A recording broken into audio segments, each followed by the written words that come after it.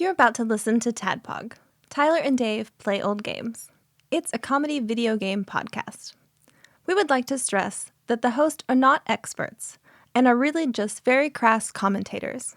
Seriously, this is an explicit podcast that happens to talk about video games sometimes. So please enjoy this pretty okay podcast with Tyler and Dave.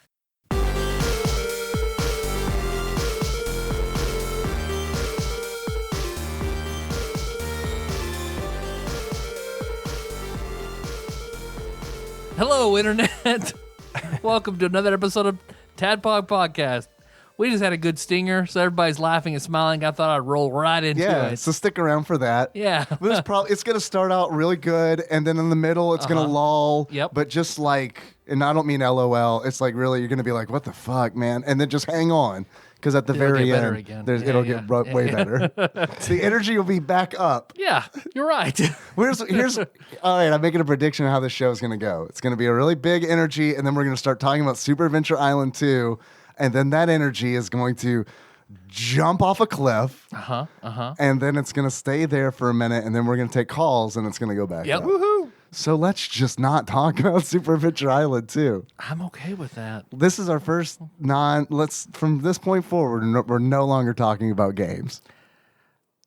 I wouldn't hate it. I wouldn't hate it either. I wouldn't hate it. Well, it would explain my constant fucking presence. Ian's back. Hey, Ian. Hey, how's it going? I live here now. This is actually my house now. I've been getting my mail here. That's fine. You have squatter's rights then. Yep. Yeah, it's fine. It's very comfortable in here. I do not blame you for living here. I just been... God bless mysterious benefactor. Yeah, for real. Yeah, no kidding. I'm going to just go ahead and say I'll probably be on a lot more. Good. Because, and you know, I'm happy to get into the games and stuff as much as anybody, but I got a little free time. Got a little get out of the house, please, from my wife, and this is the only place I know to come. So I'm going to just come. I'm glad you're spending Always your time welcome. here. Yeah, You know? man. Yeah. You could be like out doing drugs. Yeah, I'll even get you your own shit bucket. Okay, cool. Yeah. I mean, the meth. Firehouse pickle bucket. I'll put a Dale Earnhardt 8 on it and everything. Yeah. Shit, yeah, bro. You could do coils and AIDS. Yeah.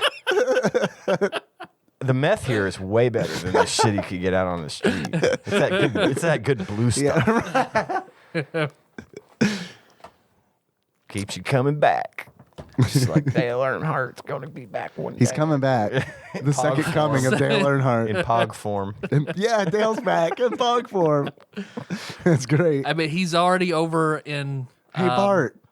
At Mike Miller Park, where they have the NASCAR Christmas lights. They do have The NASCAR Christmas lights? I knew they did Christmas lights. At the very end, down in the big parking lot, they have a big racetrack with all the NASCAR and all the numbers, and there's one pulled over with an angel halo that is 8 Dale Earnhardt's car. dude, Not joking. That's hilarious. If I ever want to get like laid super easy, I'm going there and sporting this tattoo, and I'm absolutely saying, Yeah, I man. don't want to ruin the stinger though. He don't have the only 8. It's a teaser. It's a teaser for the stinger.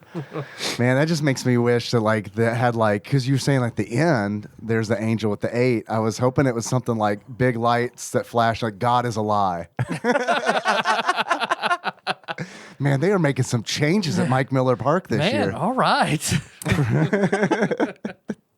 I'm not sure if I 100% God on is board. dead and we killed him. I don't know. And just pig heads on stakes.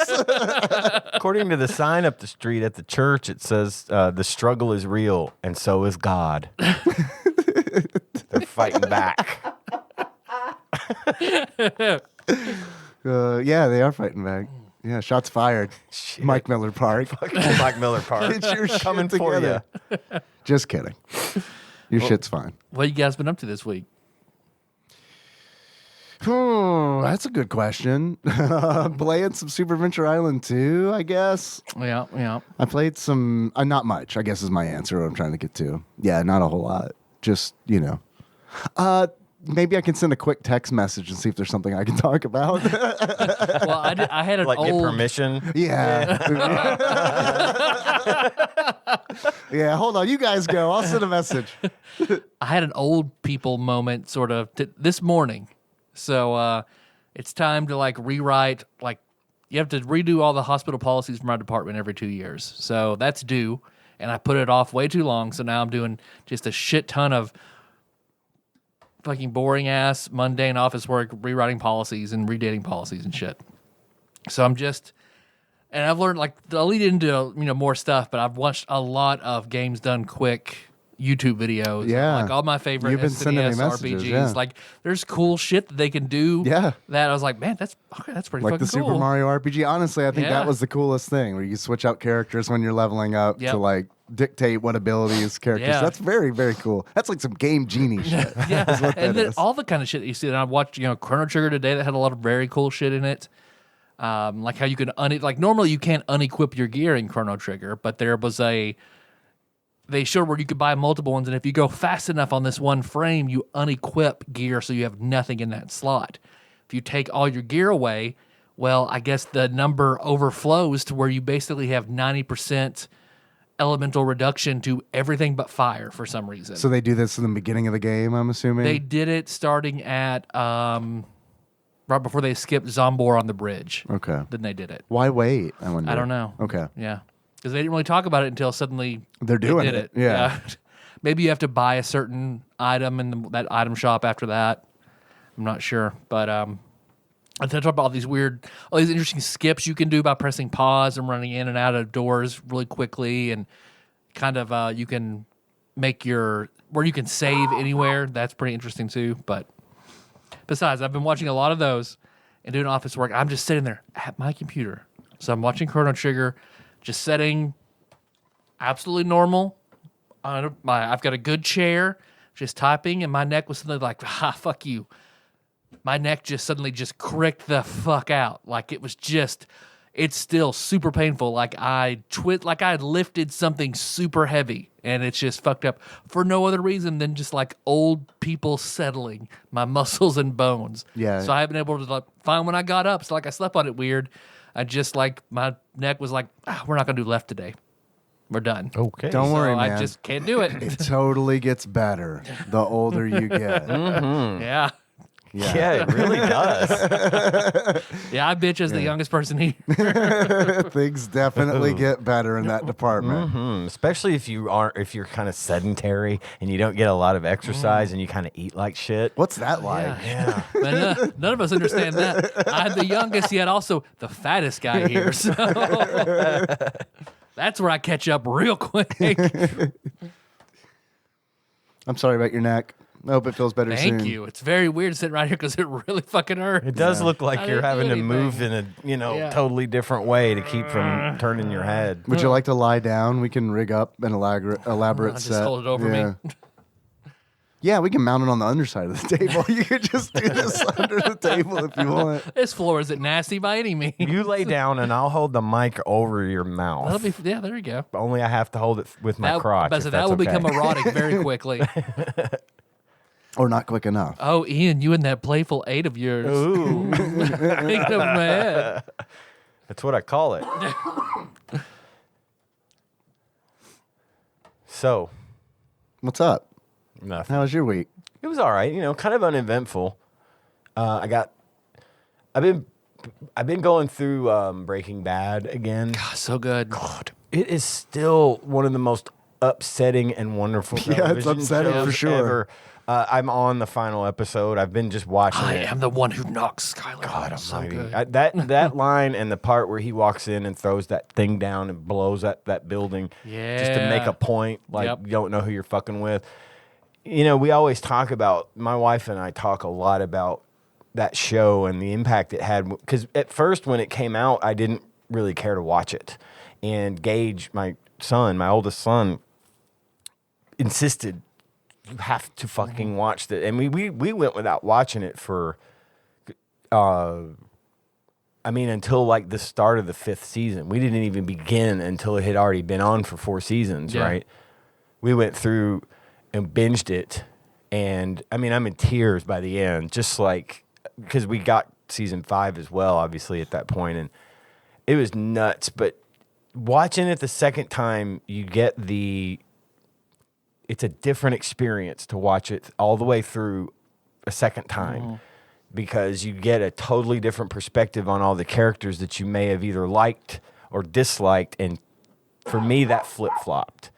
All the characters that I initially was, especially the ones you're supposed to dislike, like the bad guys, I tended to be sort of on their team this time around. And the good guys were, Walter White was the problem all along, right? Oh, yeah. And That's why he's in the. You missed the point by idolizing them starter pack. Exactly. Walter White's typically on that meme. Exactly. And he's what you would call the Tyler anti-hero. Durden and Walter Tyler White. Durden, yeah, definitely. Exactly. He's what you'd call the anti-hero, you know. And I knew that after we watched the show the first time. I was aware that he was a fucking terrible person. Right. I mean, And that's the point. it's the point. Yeah. But watching it from the very beginning with that knowledge, it is like rewatching Fight Club, where you sort of miss a lot of things that The you first time, didn't see yeah. the first time. So I've been binging through that, and what got me started. Damn, you're a brave dude. I can't. It's a hard one. Man, I we mean, fucking binged that and I stopped. Yeah. 'Cause I was like, this show makes me feel bad. It is bad. Oh, It is like Oz is the same way, man. I had to watch Oz in like We just watched- 2-episode chunks. I couldn't do more. We than finished stopped season Oz. 2 and then it was. yeah. Man, But before that, I'll be a good boy. I promise. Yeah. before that, I had Scared committed. straight. I had committed to getting through Better Call Saul because I had started So it. also, so I've heard that's fucking really good. It's, I haven't watched to it. me, Better Call Yeah. Saul is actually a better show than Breaking Bad. I've heard other I people agree say with that you. too. I agree And with it's you. because it's not as hard to fucking watch, and you actually do because you know about It's a Saul better. Goodman It's a better from character breakdown. Breaking yeah. Bad. You are rooting for Saul Goodman for Jimmy McGill, excuse me, Slippin' Jimmy. You're rooting for him from day one, and you continue to root for him because you want to see him succeed, even though you know exactly what happens to him already. Getting his backstory is really cool. And It there's shows a- at the beginning. It shows him working at the Cinnabon. yeah. And every season, at the beginning of every season, you get a little bit more of his present day post Breaking Bad life, right? And there's still one season to come. It's coming out this year, and it's going to be the end of it. But you get the backstory for like the Salamancas and Gus Fring and all that stuff. And I went through that and got all the way as far as I could, which is to the end of season 4. Because Mike Armentrout was one of my favorite characters He's in heavy all of in television that show. history. He's Yeah. heavy in that show. Love And Mike Armentrout. I thought his end game was fucking awful. Yep. Again, Walter Yep. White. Thanks a lot, motherfucker. Yep. But not to turn this into a Better Call Saul podcast, but Which is just fine. to say I got through it, and it just made me want to rewatch Breaking Bad. So that's pretty much all I've been doing this week, and then I've been anxiously awaiting tomorrow on Netflix. The Masters of the Universe starts. The new Masters of the Universe series on Netflix. The thing you said matches the shirt you're wearing. I'm wearing my Masters of the Universe shirt. I used to love that show when I was a kid, and I've been looking forward to this reboot. Who are all those characters? Because I'm not familiar with Masters of the Universe. So there's obviously He-Man. He-Man and Skeletor. So Skeletor is a Master of the Universe? Well, he's the bad guy. Oh, but he's standing next to He-Man like they're friends. Or the bad guys on the right And I and the think good that's guys on the just left? He-Man saying, I'm not scared of you. The opposite side of the coin. That's Tila. That's Orko. Tequila. That's Beast Man. Oh, yeah, I didn't see Yeah, okay. That's Manny Faces. That I can't remember her name. Bird Girl. And then what's the name? I had it the other day. I named her Oh, God. this woman, the bad woman, Skeletor's Skeletor's lady? chick. Skeletina. Yeah. No, well, no, I didn't come up with it. Tanya reminded me what it was. 'cause Oh, she I was used about to to say, is this the thing you said on the show? Is this a friendship no. test? Remember, I told you the that name of thing? Skeletor's girlfriend. What is it? His name is Trapjaw. This little guy up here. Okay. This guy is Who's like Ram Man. Who's that Lobster Johnson looking dude at the fuck are you? next to fucking Lockjaw or whatever? Trapjaw. This guy. No, the guy with the. This is great. I'm podcasting, by the way. The dude with the yellow Oh, vest thing. Merman. His Merman. Is Merman? his name. Yep. Mhm. Lobster Johnson. Nah, I can't remember some of these, but yeah.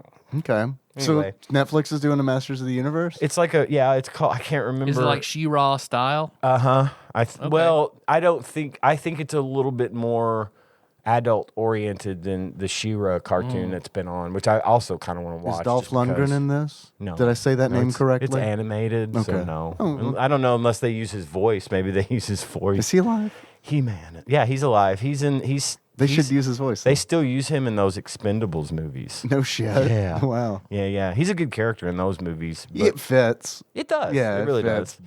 based on his filmography. But anyway, yeah, they're bringing back Masters of the Universe tomorrow on Netflix. Cool. So I'm looking forward to that. That's it. A lot of TV for me this week, just in work, Yeah. which it's work. We've been watching. I've been watching much. Nikki and I have been watching Don't Toy With Me, Miss Nagatoro. So, like, that's been cool. It's a light anime that's like a romance anime, essentially about a high school BDSM relationship. Okay. Light. Yeah. So it's like when people were talking about it, I was like, holy shit, do you really want to watch this? Because like I've heard some shit, and we started watching it, and it's like, this is some tame ass bullshit, but it's still pretty entertaining. But yeah, it's still pretty entertaining because it got the like, it does have this wholesome quality. It's essentially about a girl that like antagonizes this sensitive guy, and it's like her friends are real shitty to him, but like she gets jealous whenever her friends give him shit. So it's kind of like it has a wholesome quality to it where it's like, yeah, she's real shitty to him, but you could tell that she really likes She him. likes him. Oh, so it's Melissa and I had just done our high school experience, but just animated. Oh yeah? No, she wasn't. Were you mean to her? No. She was mean to me. I'm the sensitive boy, Dave. We've got that well back there that we both go stare in. Oh, before I forget, the reason I brought up Breaking Bad and stuff is I was going to say I have never seen El Camino. That's good. So Yeah. I wanted to rewatch Breaking Bad so I could see El Camino because I never did get around to watching that one. That was actually where I was going with that earlier. Sorry, And didn't mean to cut into your The thing Fixer there, Dave. died like No, right it's- after that came out. Say what now? The Fixer, the actor that plays the Oh, he died really? like right after it was done. yeah. Dang. Oh, the vacuum cleaner Yeah. guy? Okay. Yeah, yeah. I need a part for my Hoover Model 12. Yeah, Yeah. okay. I got the go ahead. I'm looking for that come button in my butt. And Hell yeah. And man, I have not found it. Ian, You gotta get up I in went there. home and I told Nikki, I was like, I hope you don't mind. You said this on the show, No, so go whatever. But ahead. it was like Ian told me that like there's a button in there that makes you leak, and I fucking like really super want to leak. So let's find that fucking button. We looked for it. I didn't find it. But you know what? I feel like we're gonna. You're going to Yeah. get, you it got it was okay otherwise still. Yeah, it was fine. I Okay. mean, it was fine. I mean, it was good. It was better than fine. It was good. I was just disappointed that we didn't find the button. I was like, I wanted to leak, Ian. It's your prostate. It's up there. Yeah. I promise. I know that it's up there because you got to get up in there. I mean, you got to want it. And I think she was a little more timid than. got a hook. You got to do the. She got to Do do the hook. finger hook thing. You gotta It's take up there. your heel. Not too and- much, and- not and like- tap her elbow. Get in there. Yeah, like a climbing python. Is it Come on. let's get the job done. Little hook. Yeah. Straight ahead. What is it? What does he say? Peter Pan. First star on the right, straight on till morning.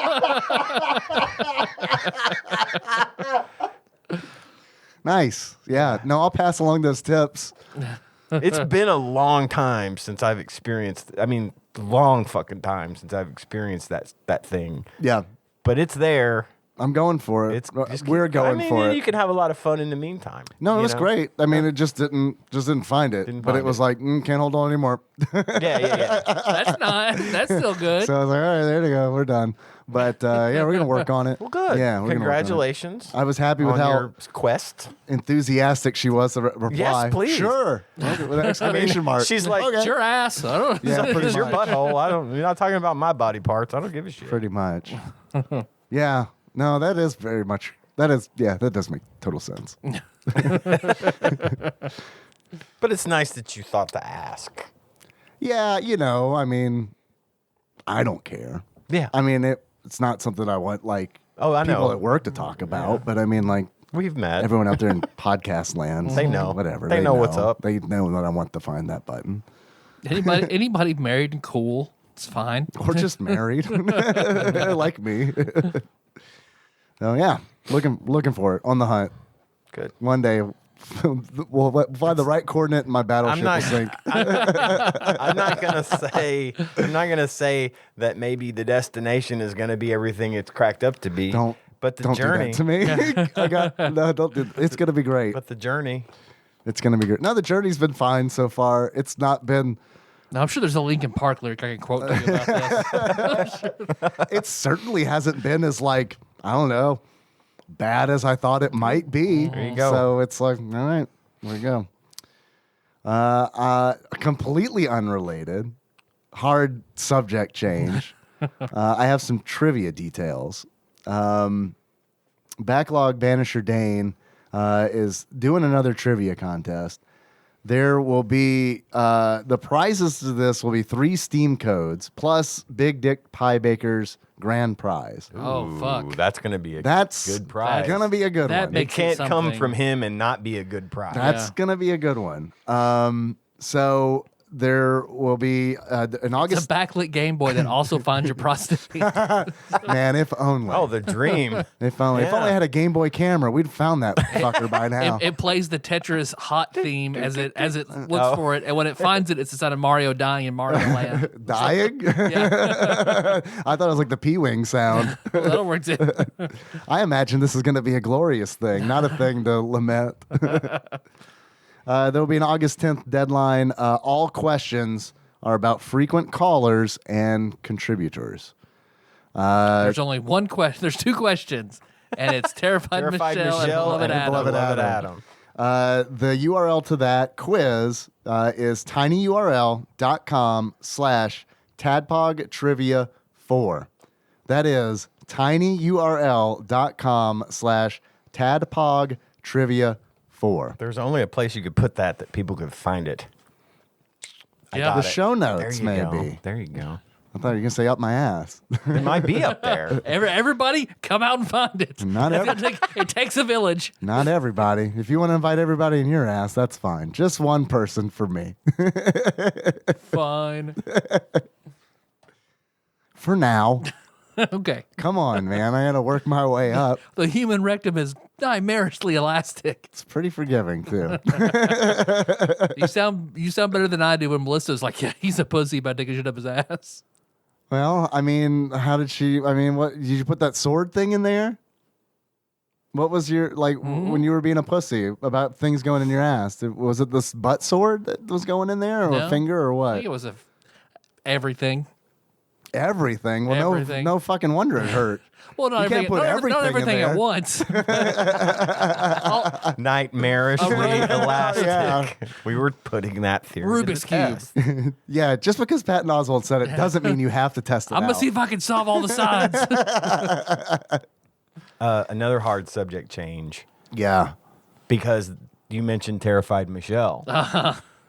Did a little requesting of my oldest son today Yeah.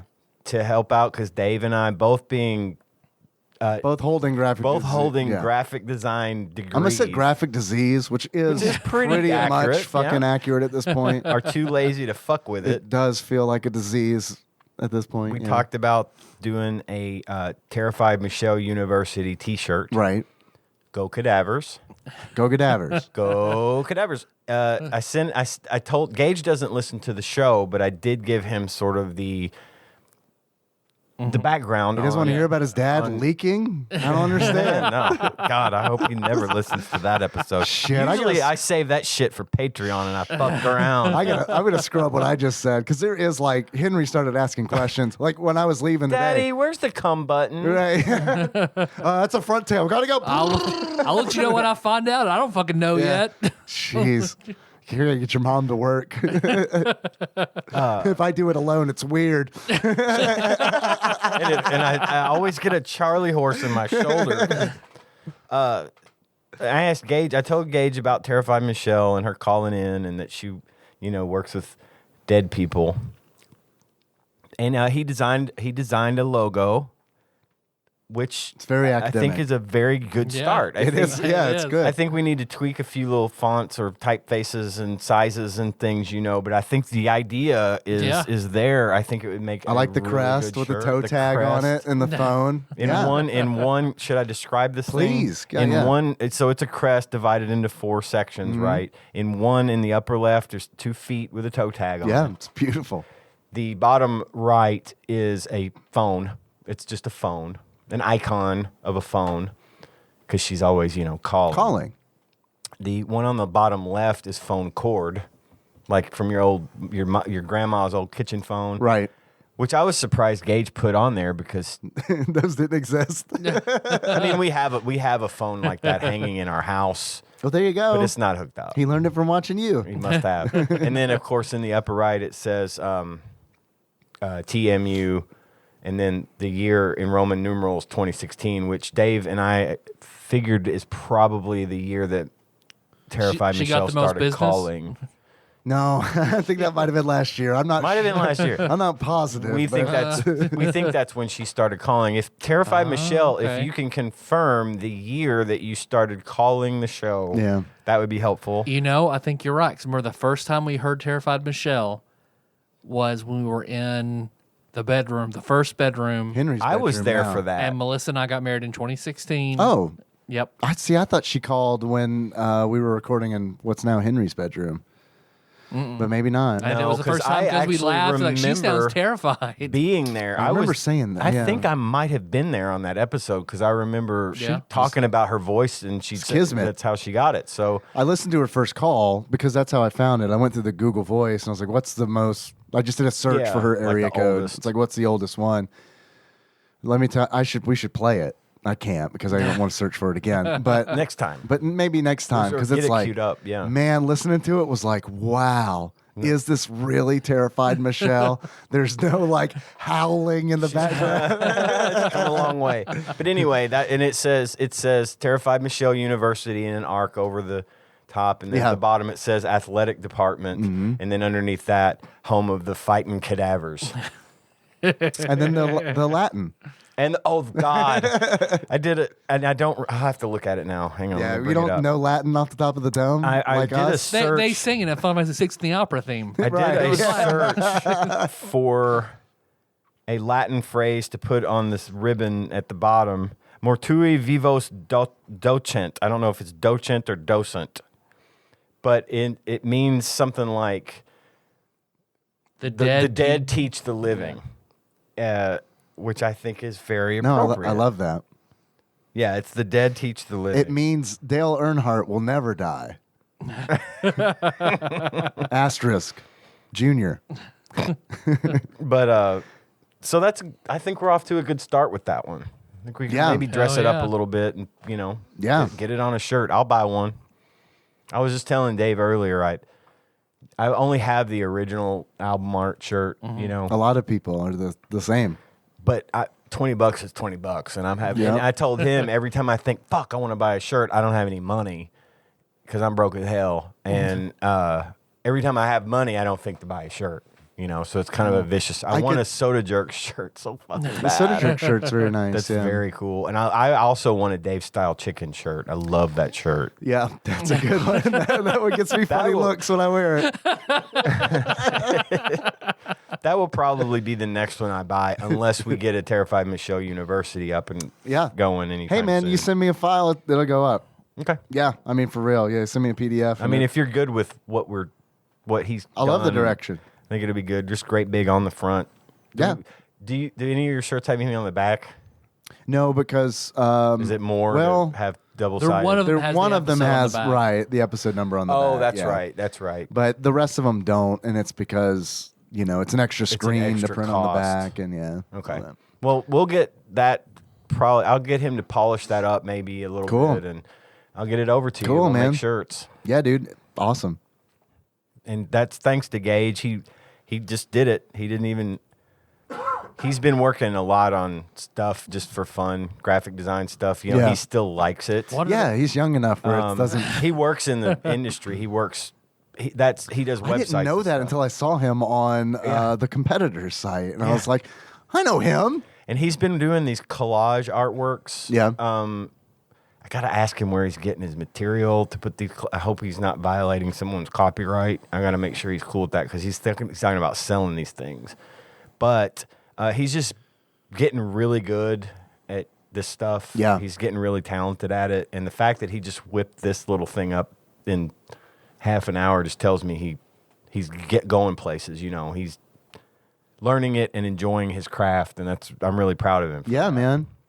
Who was it who sure. just recently got, like, there was a game developer just recently got nicked for copyright infringement. I might have been like, God, this is fantastic podcasting. Someone got in trouble. There we go. Yeah, okay. That's the gist of it. The what was the? I don't know. I can look. I can look it up. I guess. Don't worry. Someone will message me. It's fine. they'll let me know.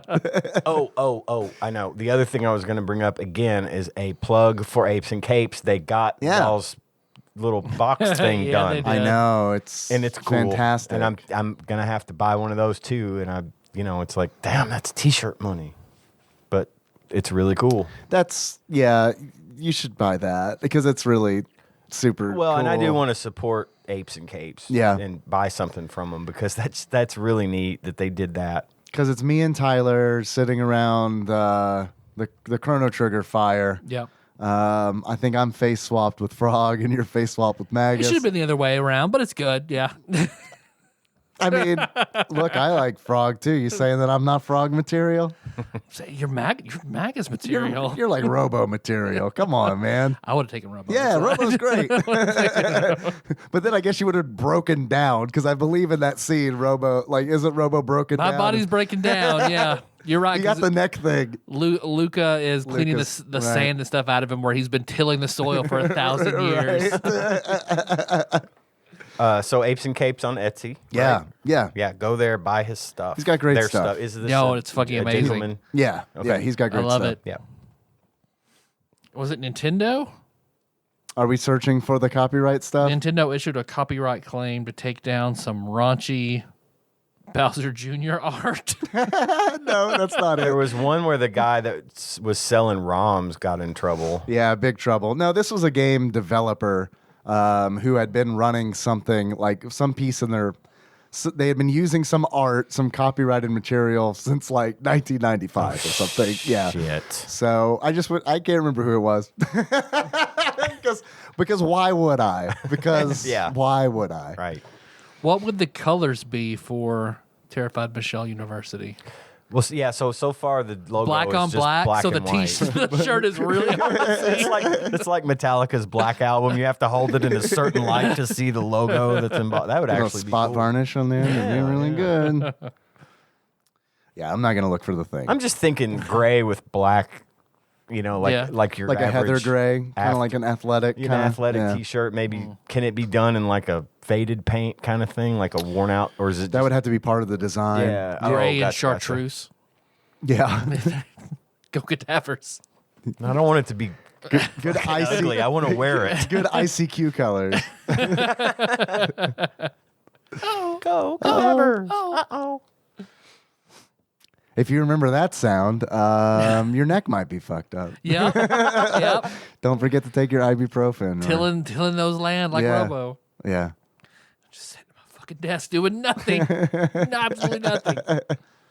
No, my back does that. What I'm worried about is that it's going to keep happening because my back does that for no reason in the same spot. And it's like, well, that's probably bad.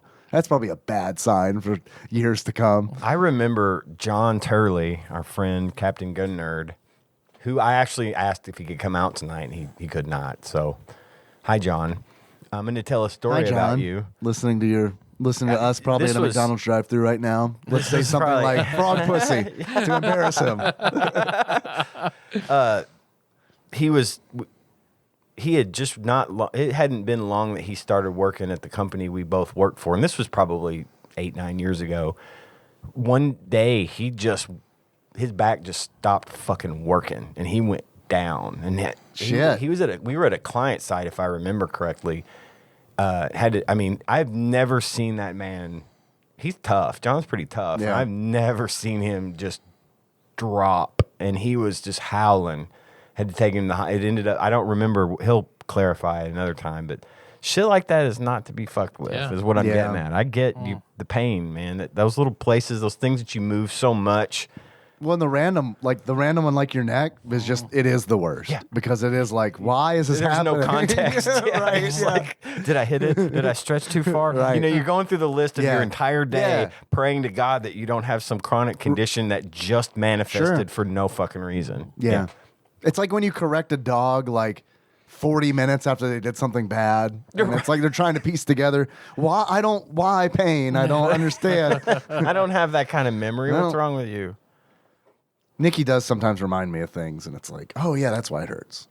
I get that too. Like I try not to bitch and complain at home too much because, you know, but anyway, if I wake up and my leg is on fire and I can't remember why, my wife will usually remind me. Yeah. Oh, you did, and I'm like, yes. And then I'm like, Right, I know. There's a reason. There's a cause. There's a cause. We got a package. We do have a package. You're right. Speaking of a cause. So here from one Master Mold. Monster Mold. Monster Mold. Outstanding foods, outstanding puffs, hella hot, addictively delicious snacks with benefits.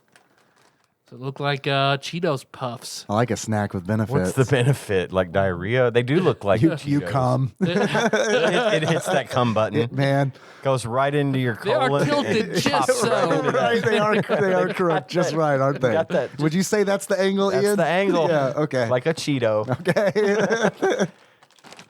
Nice.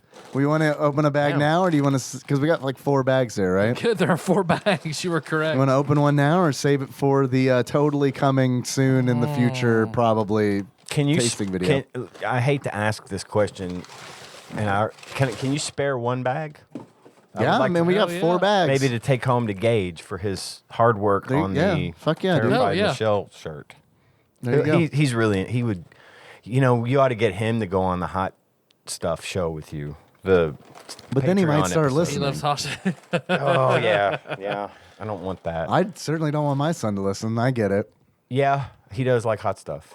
He did. He lived in Oregon briefly. He moved out there on a whim one year, and he was there for about 6 months. But he went to one of those places where they got the wing challenge, where you eat the fucking hottest thing in the world, a whole plate of it, and then they'll take your picture and stuff. And he Yeah. did it. He did it. He said it wasn't that big of a deal. Was it a lot of wings? It was kind of a lot. So Yeah. I'm wondering if it wasn't sort of a chicken nuggets type of situation, like when you ate the chicken nuggets. the Chick-fil-A. They're like, yeah, you'll get your picture taken, but you will have violent diarrhea. You'll shit the bed. Uncontrollable violent diarrhea. We're not going to tell you when we're going to take your picture, but you're going to get your picture taken. Yeah, right. What's your address? he did mention that We need a was key to a your side house. effect. Nah, we're good. We'll get in. We're the chicken people. We can get in your house. You see the logo on my shirt, you know what's up. But yeah, he likes hot stuff, so I'll take that to him. Cool. Hell yeah. He'll think that's great. Nice. Well, do you want to talk about, just real quick, Super Adventure Island 2? I guess so. Yeah. I feel like there's no possible way that I'm going to do this game justice. I hope that you guys can. Well, I unfortunately I was watching someone play through it today on YouTube, just a video of someone, not even a person on the screen. Just the gameplay. Yeah. like a long play. Yeah. Like World of Long Plays is a Something great like channel. that. I love that channel. Yeah, it may have been that. It's great. But there was no overdub. There was no talking. It was just the game, Yeah. right?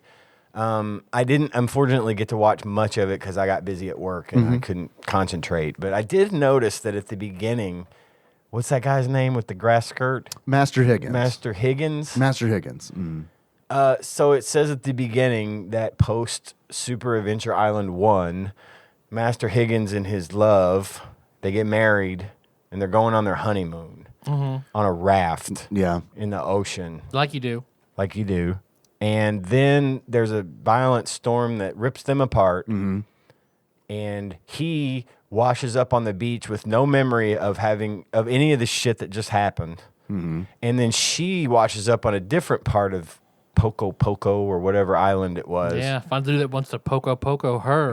Yeah. Well, and Master Higgins gets nothing. Oh, some dude's already rolling up on that shit. And she, what's the A fucking king. problem? Yep. The problem that I have is that she remembered everything, and she shows up and is like, "Well, I guess Oh, I he's thought dead." she did remember everything. No, she has amnesia too. Does doesn't she have yeah, amnesia? Oh, maybe I'm okay. They both have amnesia, and she gets engaged to the king. to the king, 'cause and it- then right. the bird comes and takes her away. Yeah. And then Master Higgins manages to find the castle. Yep.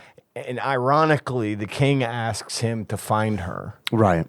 And he doesn't even know that he's looking for his wife, he was straight about to be cucked. His by brother, the his king. brother husband. Yeah. He's about to be straight cucked by the king Yeah. that took his fucking wife from him. No fault of the king. He didn't know. What is that? But still, man. Primus noct. What is the Prima nocta. prima nocta? Oh, where the Yeah. king gets He gets Yeah. first dibs He gets on to the- sample the goods before. Yeah. Oh, yeah. So he was about to prima nocta. Who thought that was a good woman. idea? The king. The king. He was about to prima nocta this woman, and she gets picked up by a big bird. I love it as a verb. Prima nocta the fuck out of her. That bird. That's the bird of the sanctity of marriage. That swooped down Saving you from sin. yeah. And It plucked her from Hellfire. the burning flames of hell. exactly. And so I watched some of the gameplay for about 5 minutes, and then I had to stop. So I wanted to be more prepared, and that's as far as I got. I wanted to be more prepared too because I'm pretty fucking prepared. good. Because you are the savant, the Adventure Island. You are the I, super I savant. tried something different with this game. Okay. But I got first, Dave. Do you hear that? Yeah, I hear that. It sounds like the buzzard of the sanctity of marriage. Look, it's dropping an iPhone into my hands. All right. And, Next shirt design: Look. Buzzard of Sanctity. of course, I hear that, which ushers in a segment that we like to call Dave Reads from Wikipedia. Guys, Super Adventure Island 2, or as it's known in Japan, Takahashi Meijin no Doboken Jimatsu, which literally translates to Master Takahashi's Great Adventure Island 2, is a Super NES video game by Hudson Soft. Unlike most of the previous games, it is a platformer with action-adventure elements that encourages exploration. Wait, though, right there. I got to Okay, stop you. put a pin in that. Isn't that what the first one was? No, It was a platformer, right? It is a platformer, yeah. Is it the exploration bit that's different? right? Because Okay, there's okay. no exploration in Super Adventure Island, but there is platforming. It's just straight platforming. You finish a level, you go to the next level. Gotcha. And Super Adventure Island 2, you need to figure out where you need to go next. And then once you figure out where you need to go, it kind of turns into like a Metroidvania where you have to explore that level. And you do platform through that level, but it's definitely using like Metroid kind of. You're looking for tropes. stuff. and You're looking for stuff to unlock other clues to get areas. to- and- okay, yeah. I gotcha. Okay. And then also they tie in RPG elements to it because you'll find equipment that you can equip, weapons and armor that you can equip. God, I find hate that mints fucking that you equipment can that you equip. can't equip. So there's that. And also as he adventures, there are like heart containers like in The Legend of Zelda. Is this a food-based one too? It is not a food-based food-based potion, one. yeah. And that is that. You're right. Their fruit is so big in all the others. That but is not this one. weird. Because that was what kept. Yeah. You had to keep eating to Right. stay alive, right? And that's gone in this one. There were There's- plenty of jokes about how fat Master Higgins is, though. in the game. Yeah. Oh, I missed. Oh, those. yeah. All sorts of them. Like at the ending, they're calling him Fat Boy and all sorts of shit. wow. Yeah. Maybe it's Is the king just hey man, upset? my metabolism plateaued. Back the fuck off. I think the king's just upset that he got preemptively prima nocted. He got prima nocted. Let's see. This game encourages exploration similar to the later Wonder Boy games, and there was a Wonder Boy game that just came out recently that is kind of similar. I hear. I haven't played it, and that's pretty much it, man. There is not a lot. There's not a big Wikipedia article on this game. Though I played it. I made it to the third island, which is the Fire Island. And not that Fire Island, a different one. And I essentially couldn't get past the boss. I streamed it, and then it's like I got to the Fire Island, and then like later I was like, okay, I need to finish the stream. I'm gonna finish this game later because I'm really enjoying it. I want to play more of it. And then when I went back to it last night, I got to the boss of that stage, which was a turtle, Gamera, essentially, because I mean he even comes flying in like with jets out of his turtle sockets, like Gamera does, and does the whole spinny deals. Except I haven't watched a lot of Gamera. Does he spit smaller turtles out of his mouth, or is this explicitly Super Adventure Island 2? I can't answer that. It sounds pretty specific. I don't know. But anyway, I got to that boss and like could not figure out how to beat it. Like I must have been like I fought him at least 4 times and was like, this is taking forever. I'm What doing sword did you something have? wrong. And I figured, I was like, if I keep doing this, I need to switch from the flame sword, which I had, to like the ice sword or Ice sword, something. yep. Yeah, that makes sense. It takes 10 passes to beat him with the fire sword and like 3 with the ice Yeah, sword. I would have been able to do it with the ice sword, but Lost your wood. didn't think. Yeah, unfortunately, didn't think to do it. So, leading to me earlier mentioned how many of games done quickly I've been watching. There is a games done quickly for this game where somebody Yeah. beats this in like 48 minutes. I did look up the speedrun time on it, and yeah. I saw a task for like 41 minutes, which I mean, it's fucking impressive. But I saw you play it on Sunday, and there were a lot of moments like, where the fuck am I going? Because Yeah. there's very little indication. The maps are very kind of bland. You're just going from one name that ends in an A and has, It repeats. Puka Puka Puka, Waka Puka, Waka, Waka, yeah. Weenie Weenie Island. Right. Like, and it's all just, I mean, there's like a winter one, but they're all just, They're different biomes. Yeah. but it's all like, and you can just walk into rooms that are empty and then you're not sure what you're supposed to do. So I was like, okay, well, Dave dealt with that. I did read the instruction manual, and sorry to interrupt you, Yeah. but that totally helps a lot, because like if you went into this blind without reading the instruction manual, you would have a bad time. Yeah. because nothing in the game is explained to you. Nope. You can talk to the king, and the king will like give you a hint. Like he'll tell you, the king will be like, "All right, you need to find this island," and then like you can go to the innkeeper and pay 100 gold and sleep. And when you sleep, Tina, your wife, shows up in a dream and essentially gives you a hint. So you got like those two things to like work with. Yep. Outside of that, like the empty rooms with the springs and stuff, and it's just like, well, if I didn't have the manual, it would have been like, I have zero Yep. clue what the fuck's going on. here. So what I did was I played it on my phone and I tried to follow the speed run and just save scum the fucking shit out of it to follow the speed run and get through as much of this game as I could without having to get confused and frustrated. And they were talking, of course, giving commentary as we went. Yeah. I got pretty far doing that. It took me fucking forever because the basic platforming I get.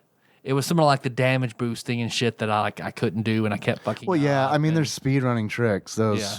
And are hard to do. I am not a speedrunner. I think I'm pretty good at action platformers, but Yeah. some of that was hard. For the most part, I was able to get pretty far, and I skipped, of course, a lot of content doing that. So I went through and tried to find stuff I missed. But as I played it, holy fuck, this game is such an enormous to the point I'm like, holy shit, how did Nintendo not come after them? Oh, because he looks like Mario. Oh, no. This is Zelda 2. This game is a 16-bit Zelda 2 to the point he has a sword with an up thrust and a down thrust, and he gets the magic wand to cast all the spells like Link can. The potion bottles for your magic are the exact same fucking design. Potion bottles, hearts like Zelda, like the weird obtuse puzzles and shit you have to do. And I mean, this is Zelda 2. So you loved it. I liked it, but I got frustrated with the fact they just stole shit from Zelda 2. I see. So heavily handed. Well, and Master Higgins looks the most like Mario that he has ever Mario. And in this Luigi, game. if you there's green armor you can get where he looks just like Luigi. Because I feel like it steals This game it's based as Zelda 2 with a hodgepodge of a bunch of different games on it. Yeah. So I mean, I like it. I had fun with this, but it also pisses me off that this is just one big stolen puzzle game, like puzzle pieces, like 100%. There's not an original idea in this fucking game. So yeah, I mean, yeah, I've never played Zelda 2, despite us doing an episode on Zelda 2. So like, I didn't catch any of that stuff in Zelda 2. Do you have to do you start with the upper thrust sword? No, and you down? have to. You have to go. So just like in this game, Yep. there's special Someone abilities. has to go teach you them have to to talk you. to a hermit, and the hermit then, because that's how you do Yep. it in a Super Adventure Island too. Yep. So that's it is exactly what you the do. same. Exactly what you do. You go hunt for. There's just not experience points and levels, but you have to go hunt for money. Like all the same shit is in here. Even Turtle Rock. You know, that's always the big dungeon. I know in all the that from Zelda Smash games. Brothers. Yes. So the design that you have to go through for or whatever the mountain is, there is the exact same segment in this game. Because in Zelda 2 you go through a little maze of falling in holes, one right after the other. You do the exact same thing. It is almost like a carbon copy of Death Mountain. That's it. It's a carbon copy of Death Mountain from Zelda 2. Wow. So And even you in Zelda 2, is that with all the whirlpools? Is Yep. that like the raft segment where it you go is, like? yes. Okay. that is Death Mountain. Because I saw Zelda that on 2. the map. I didn't make it that far in the game, but I did see that in the map. And It is. having not played Zelda 2, that didn't make that connection at all. You wouldn't, but it is a 100% straight up ripoff. do you think that you're the first person to catch this? Probably not. Because it would be neat to see someone do like a side by side of Zelda 2 and Super there's Adventure so Island much, 2 yeah.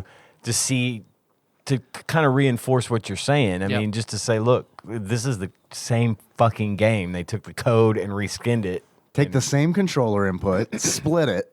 It's Yeah. even when you're exploring in the overworld. The overworlds look similar, again, and when in Zelda 2, granted in Zelda 2 you can see your enemies. They're not random encounters, but overworld map you're walking. Like I would you have do- preferred that. Yeah. Because I don't like the random encounters in this game because you go from island to island on your raft and it's like Final Fantasy VI style. You'll just and you'll be in a battle And you only do it on the overworld map. And you do like it right. that. Yeah, I just, saw just what- like Zelda 2. I saw when the guy was on his raft, like heading for his first objective, it would take him out of the view of the map, and you're fighting Into like a fight. fish that are Yeah. popping up. And or that's- See, something. and that's in Zelda 2, whenever the overworld map, if you run into one of those enemies, it flips to a sideways view where you go left or right for a little while with a few enemies, you go off and you're back on the overworld again.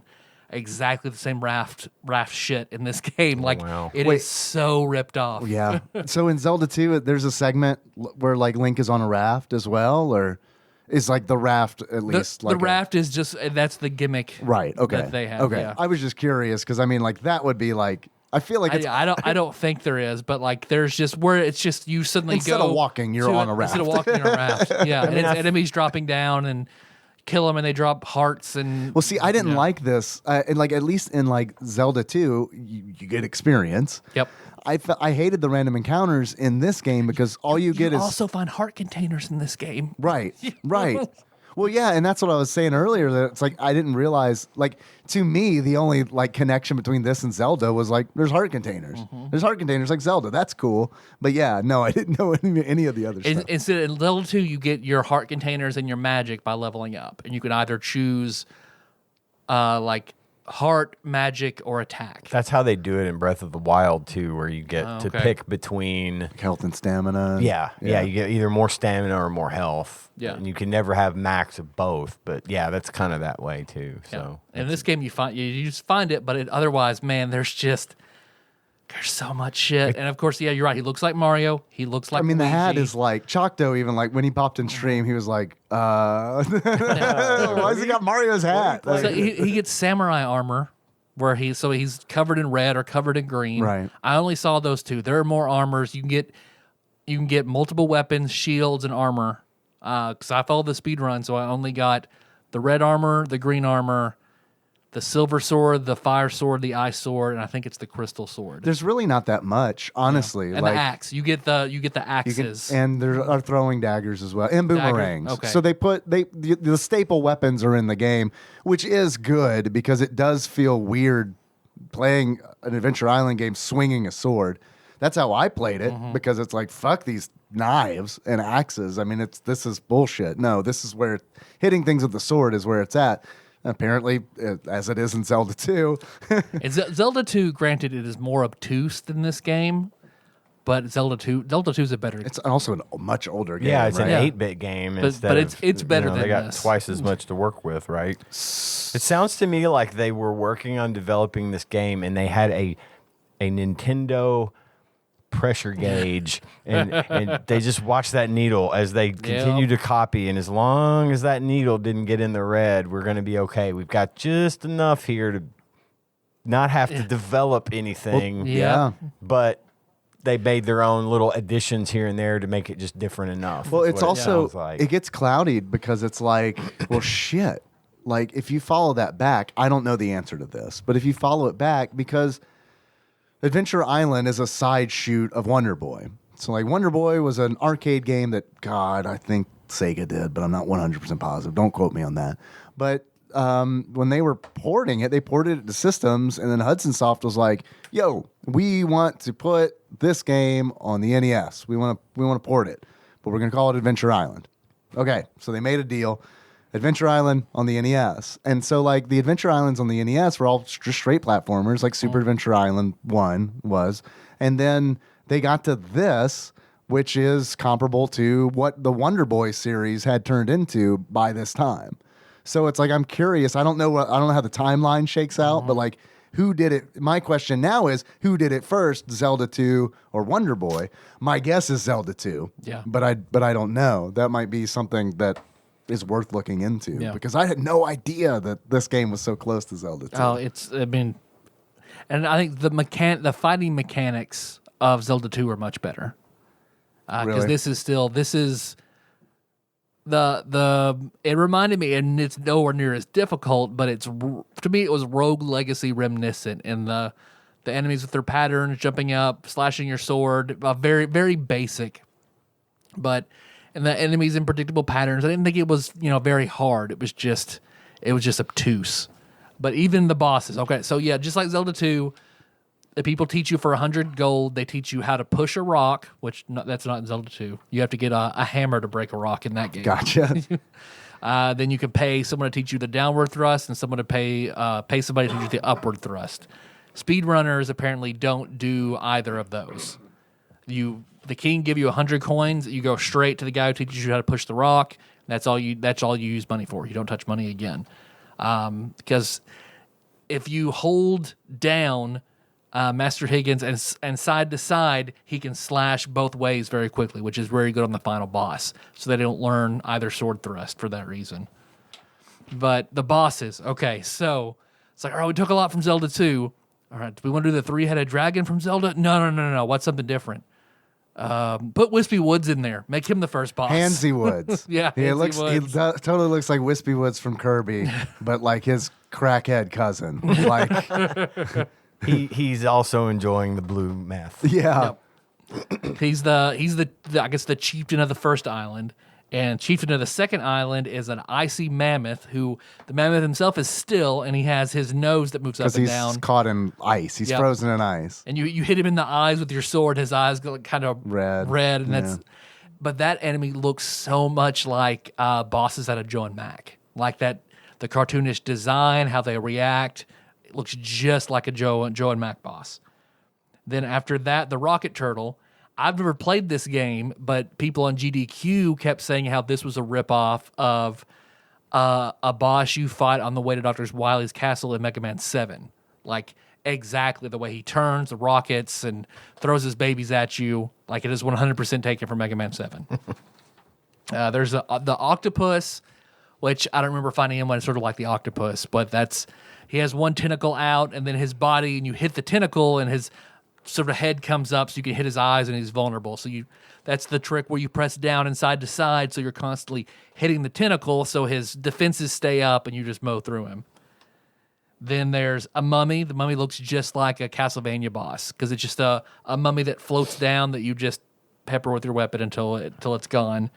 An eagle who functions just like Storm Eagle in Mega Man X. Is this the Buzzard of the Sanctity of Marriage, or is this a different? Is this a different avian raptor? I don't know. It's a good question. It probably is, and of course, it also throws its babies at you. Of course, that's a trope. Yeah. And then the last one, the boss. In his first form, he looks like Agenham from Link to the Past. So he just throws. He has these orbs that float around him. You have to jump between and just hit him. And then in his second form, it's weird. You have to go to the moon and you fight this eye with a scorpion tail on the moon. Like you do. Yep. And then you fall back down, and Tina not in cutscenes is a brunette, and then in cutscenes she is a blonde. So there's an issue with that as well because when Hudson Soft was like, we're gonna port this shit for the Nintendo systems, one of the stipulations was that they had to change the names, and they forgot to do that in this game, I believe, because she's like supposed to be Jungle Jane, I think, and in the instruction manual it references her as Jungle Jane. And I'm not an expert on this shit. I'm like a Wikipedia expert, so it's like that I know not. I barely know anything more than anybody else in the world, especially at this table. But it's like it's one of those where it's like, yeah, that's weird that you call her Jungle Jane in the instruction manual, but in the game it's Tina. So, and then they try to backtrack and be like, Jungle Jane's like her sister. Because this game is Metroidvania, in which like you go on an island, you beat like a mini boss, you'll get a stone, you take a stone to a shrine, and it opens up, lowers a barrier reef that you can then take your raft to another section where you rinse and repeat. There are also Mario style like a switch palace in Mario, where you'll hit the switch and blocks that you can see but can't jump on now can become usable, and you can progress wherever or get to different items.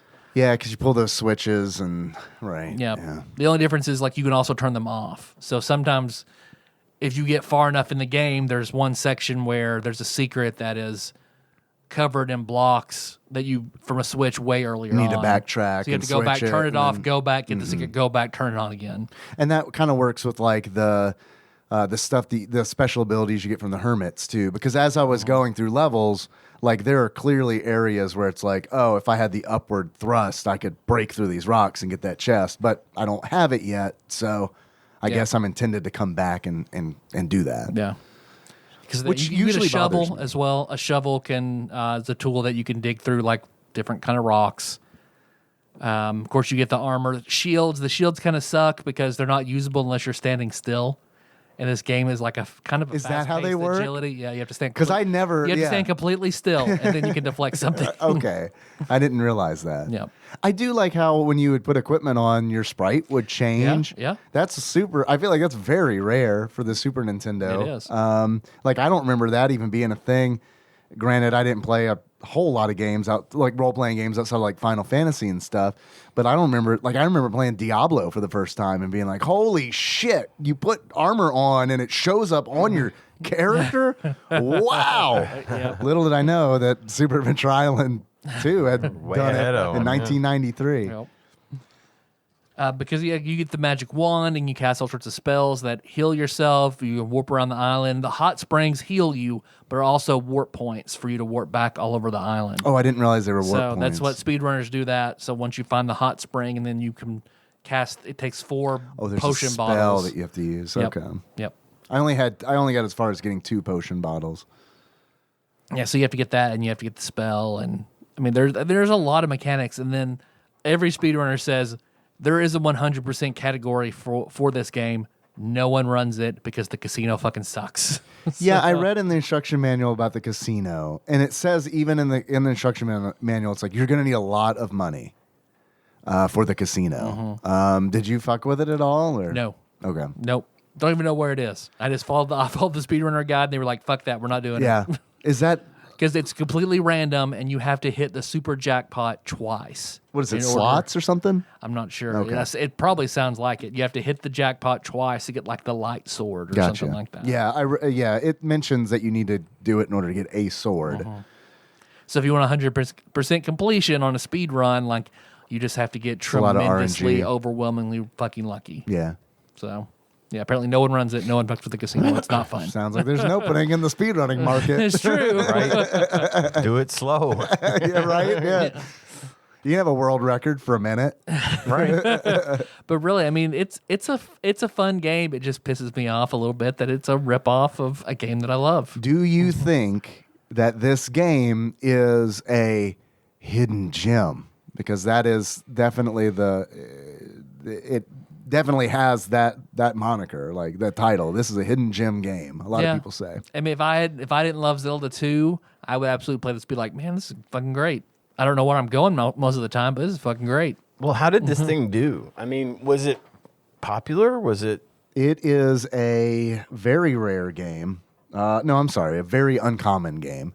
So it had that means it had a limited run in 1993, which is 2 years after the SNES came out. So I don't think they had a lot. I don't know the development history of this game. My guess is that they didn't have a lot of faith in it, or they didn't have the.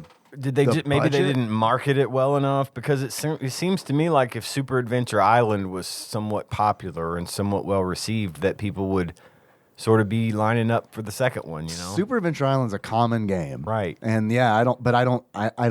I don't know the reason, but I do know that like when I was done streaming, it just so happened there's another streamer who I like, Shroomy.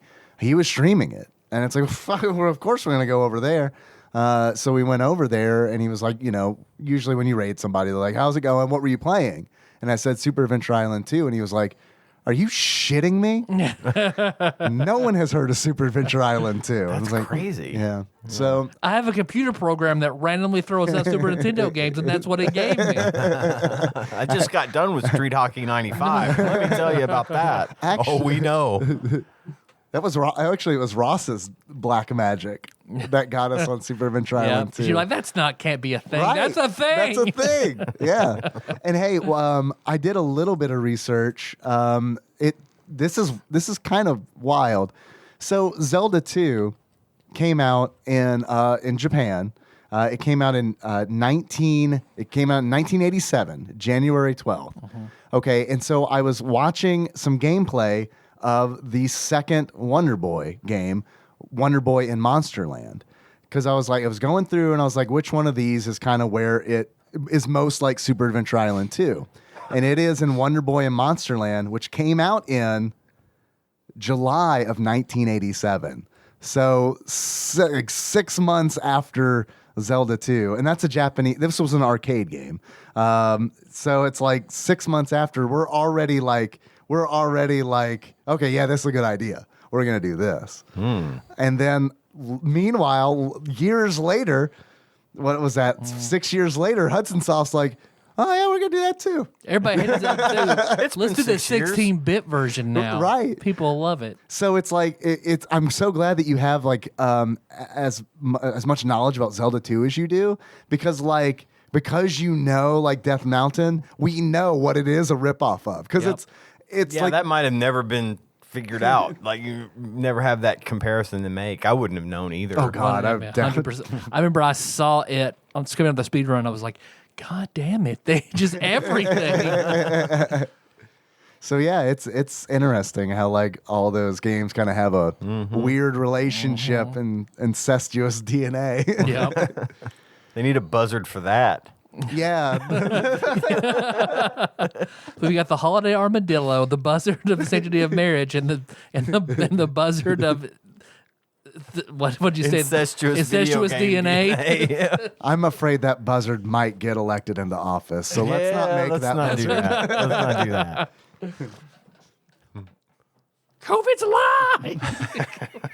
Oh shit. That's what it screams as it Fuck, flies down. It's the vulture of denial. Jesus Christ. It snatches the masks off of people. the four horsemen of the apocalypse. Don't be a cock. Snatch masks off of people.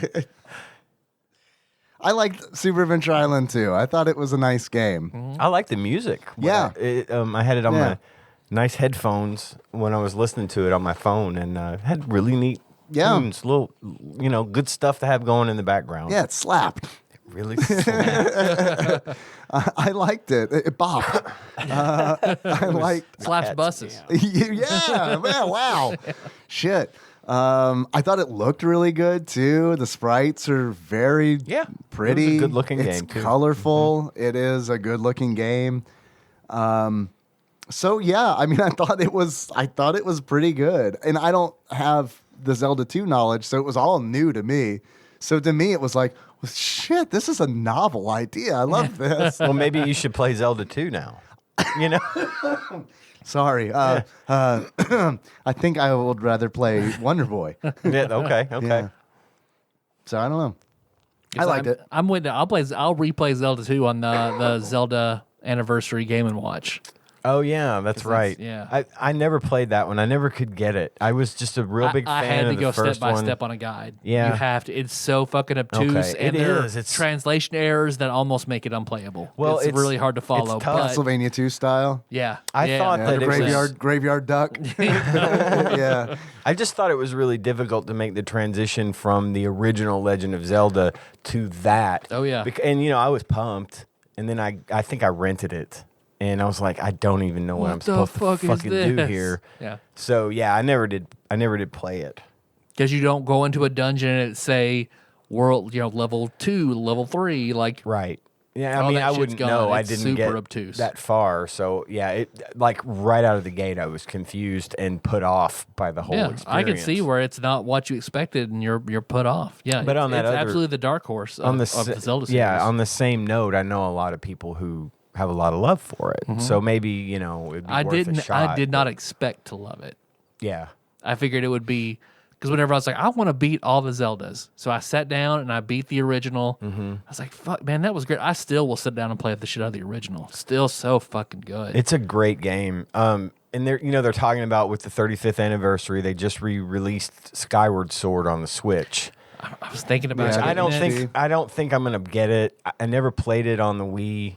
I did play it. 'Cause I missed didn't want it to do too. motion I controls. didn't want to do the motion. There's a way now you can play it without motion control, which adds to it for me. But really, what I'm looking for, and I'm hoping that the rumors are true for Zelda, that they're gonna do a thing like they did with the Super Mario All-Star 3D All-Stars. There's talk about a Zelda one coming with probably Ocarina, which I mean, I don't know that I'll play through that one for the 5th time, but Wind Waker, which to me, besides Breath of the Wild, Wind Waker is my favorite Zelda. I love that cell shading. I love that. It's timeless. It's fucking wonderful. It is. It's lighthearted. It's got that neat music and those neat new sound effects, which carry over into some of the modern Zelda games as well. And then Twilight Princess, which I did play, but I broke it. Like I don't know if it was me or if there was a glitch in the game that I discovered. I got to a point in that game where I absolutely could not progress any farther. There was nothing. I had done everything I needed to do up to this point because I know I was because I had the book, Yeah. which I gave to you, Yep. which is in there, Right there on my shelf. and I could not progress. You soft-locked it? I did. I went back and was like, did I not do this thing or this one place to progress through I had done everything possible, and I checked my work, and it would not let me go through. And I was like 2/3 of the way through this monster, and I was Great. like out. That's fun. I checked out. I'd never played it again. I don't blame you. So if they do that, I'm going to be excited because I want to play Twilight Yeah. Princess and actually try to beat it because I enjoyed the game. I just Didn't enjoy getting stuck. right. Yeah. And the other thing about Wind Waker was another little bit of a trigger for me because I am that collector guy. I like to get the stuff, like Banjo-Kazooie was a great game to me, right? But You're dead to me, Ian. Yeah. Yeah, well, I've said that before, and you said that then, I think. And here I sit. Yeah, clearly my priorities are not in order. So Friends above video game opinions. What the fuck is wrong with me? Tanya and I played Wind Waker together, and I may have mentioned this before. We played it together, and I had the book I like buying guidebooks. I think those Yeah, are fun, no, I and like I them like too. to because I'm not the greatest at figuring things out, and I like to progress through kind of quickly. So I'll have the guidebook. We don't have time to fuck around for 3 days on being stuck. Yeah. Well, this was when Wind Waker was on the GameCube, and this wasn't the HD re-release for the Wii U. This was the GameCube version. She had the guidebook and walked me through stuff as I played. Oh, that's and cool. when I beat the game, there's a thing in there that you can do where if you go through and take pictures of the monsters, the different monsters, you can take those pictures to a guy who will make a little statue of the monster for you, and then you put them in a place, and they're all, you collect them. And so we were going through and finding all the treasure in the ocean and all that stuff. Had all the map marked off where we were going and all that good stuff. And my youngest son Miles deleted my game Oh no. because we had put it down and hadn't been playing it for a little while. We were going to get back to it. We just stopped for a little while. And Miles had the GameCube in his room, and he blew away my save. Oh, and God. I was so fucking mad. Oh my God. I wish he'd have wrecked my car. I at least have insurance Yeah. for that, right? But of course, back then, no cloud saves, none of that shit. It was gone, and of course, and Tanya was just as disappointed as I was. Yeah. Yeah. So we just. Well, yeah, she invested time in that She too. invested a lot of time in that with me, and she hadn't done it since. I mean, I think that just went off the table when the possibility that everything we've done up to this point could be just gone. quickly deleted. Yep. So anyway, I didn't mean to go off on a Zelda tangent there. But No, man, you're all good. I'm excited for that possibility that we're going to get those Yeah, games. that'd be 'cause very nice. Having Wind Waker on my Switch would be, oh my Having all God, that, exciting. I would love to have that. Because I went on a Zelda binge because I did 1, 2. I'd already beaten Link to the Past a billion times. Link's Awakening. Then I went. That I one beat, was good. Link I played Awakening, the that's my Link's favorite. Awakening. I It's played the the best. remake of that for the first time on Switch, and I Yeah. really liked it. It was. I haven't good. played the remake yet. It's a good game. I stayed away from They're it just both because good. it's. I don't know. It's identical, but it's beautiful. It's so. If it had been cheaper, I would definitely would have bought it because it's Well, like, yeah. and it's like I played the original so much that I knew that I wouldn't like the new one as much. Like it was already in my mind that it's like I'm not. It's impossible. I didn't like it as much as the Game Boy, probably just because of nostalgia, but Well, it sure, still was right. very, very good. Sure. I still very good. much I'm enjoyed glad to it. hear that it was It good. was. But I know the nostalgia. It's too heavy. I couldn't. That was the first game I remember staying up 24 hours and playing. There's Right. no way a new version was going to beat that. You know what I mean? No, you're not. I definitely wouldn't see you getting that level of excitement, Right, or right. drive to play it, Right. now. But it still was a really, really good game. Good. I enjoyed it. I've heard it was good, and it looked really good. I did watch some streams of it beautiful. here and there, and Yeah. it looked really good. No, I went through that one, and I don't know that I'll play it again, but I did enjoy that experience a lot. That was fun. See, an Oracle of Seasons and Oracle of Ages. What's the one on the It- DS where you flip through the pictures, where you can Link go? Between Worlds. I started that on the DS. was fucking good. It is so much fun. I got Yeah. rid of my DS and stuff, so I never finished it. But that one was, that's another one that I would really love to Very see good. Now, crack neither of you into guys there. have brought up Phantom Hourglass or Spirit Tracks. I'm getting there. I have beaten both of those. Wow. I love Phantom Hourglass. Isn't- Phantom Hourglass was very Is good. that the one where you got 4 links? That's Four Swords. Okay, I played that I have one. not. I have beat- not beaten Four Swords. I beat 4 swords. That Well, was let's fun. get 3 more Game Boys. Let's play. Let's fucking do it. Get a GameCube link cable. We can Yeah, fucking do it. I mean, look, I got all that. I don't have 3 other Game Boys, but I can provide some shit. My Oh, you mean to GBA's tell in me there. that Game Boy you got from him isn't Wi-Fi and Bluetooth? I didn't even ask. I should probably have. is. I should It's have. probably a hidden feature that I bet he'll never find this. But I remember playing Oracle of Seasons and Ages and being like, this looks like Link's Awakening, but it does not Right. feel the same. This is like I can feel the corporate money structure and not the heart that was in League. You can feel some the of those- the I Capcom. can feel like between you buying a pie at the store and your mother making you a pie. Like I feel the love is not in it. Well, isn't it weird? Isn't it different developers though? Yeah. Okay. Capcom Yeah. did those too. Okay, gotcha. And they were fun, but I was like, man, more Link's Awakening. How No, fucking no. weird is that Nintendo got so fucking fast and loose with that franchise, Of where all it's like things, they Capcom, wouldn't let go of fucking CDI. I mean, like, what the fuck are you doing, Nintendo? Same like Metroid. No, Ninja Theory. Go ahead. Metroid Other M. Do it for us. And the thing is, with wild. like Mario, it's like the only time they really let go of that franchise is for a sports game. Another developer, Right. Or but even Hotel then, Mario for the CDI. But even God, even then, it's a little still follows a certain Sure. set of guidelines. That's versus, their bread and butter. Yeah, Yeah, I it mean, really that's- is. I mean, like, and you know, they don't.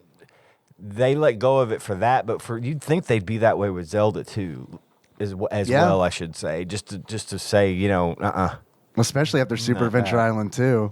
Like, fuck this shit. nope, never again. Maybe that's why they're very uncommon. Maybe Nintendo was like, nope, too much like Zelda 2. Oh man, there's a cartridge shortage. Sorry. we just can't put our seal of approval on this. Yeah. We ran out of the stickers.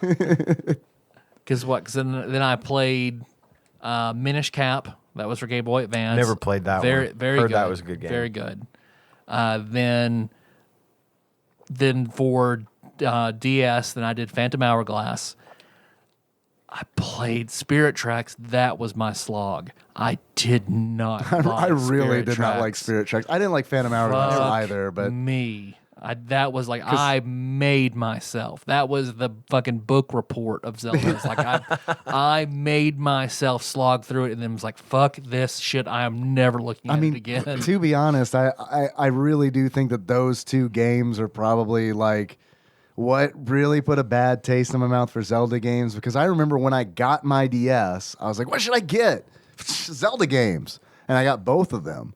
And I remember playing Spirit Tracks, Phantom Hourglass first, and being like, I'm not really feeling this. Let me try the Spirit Tracks game. And then I was like, oh fuck Spirit these Tracks is games. so And I just put them in the case and just like set them aside. I don't know where they are now. Yep. I might have traded them in for, I don't know, Anything.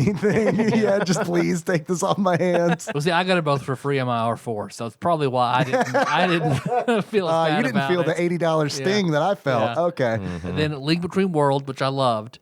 My progress came to a grinding fucking halt with Majora's Mask. Could not make myself keep playing that I game. hated that game. Hate I Majora's hated Mask. Majora's Mask so much, and that part of that is because I do not like feeling pressured to solve problems in a specific amount of time. I get that a lot of games have. I just think that while it was kind of brilliantly conceived of, where the moon is, crashing and all that, and you have to keep doing it, it got frustrating for me so quick. I could not do it. I just couldn't do it. And I thought, that wasn't there in Ocarina. Ocarina was just it was a Zelda game, right? It just was. And this one, they had to put a twist on it. And I felt like that, for some people, I that's like fine. a dark twist, but man, yeah, this Nintendo game- likes to do that on Under their the sequels, circumstances, on the system. I would Zelda have 2, Mario 2. Right. I would have liked that game. I would have liked for the time travel thing to have been done in a different way. Yeah.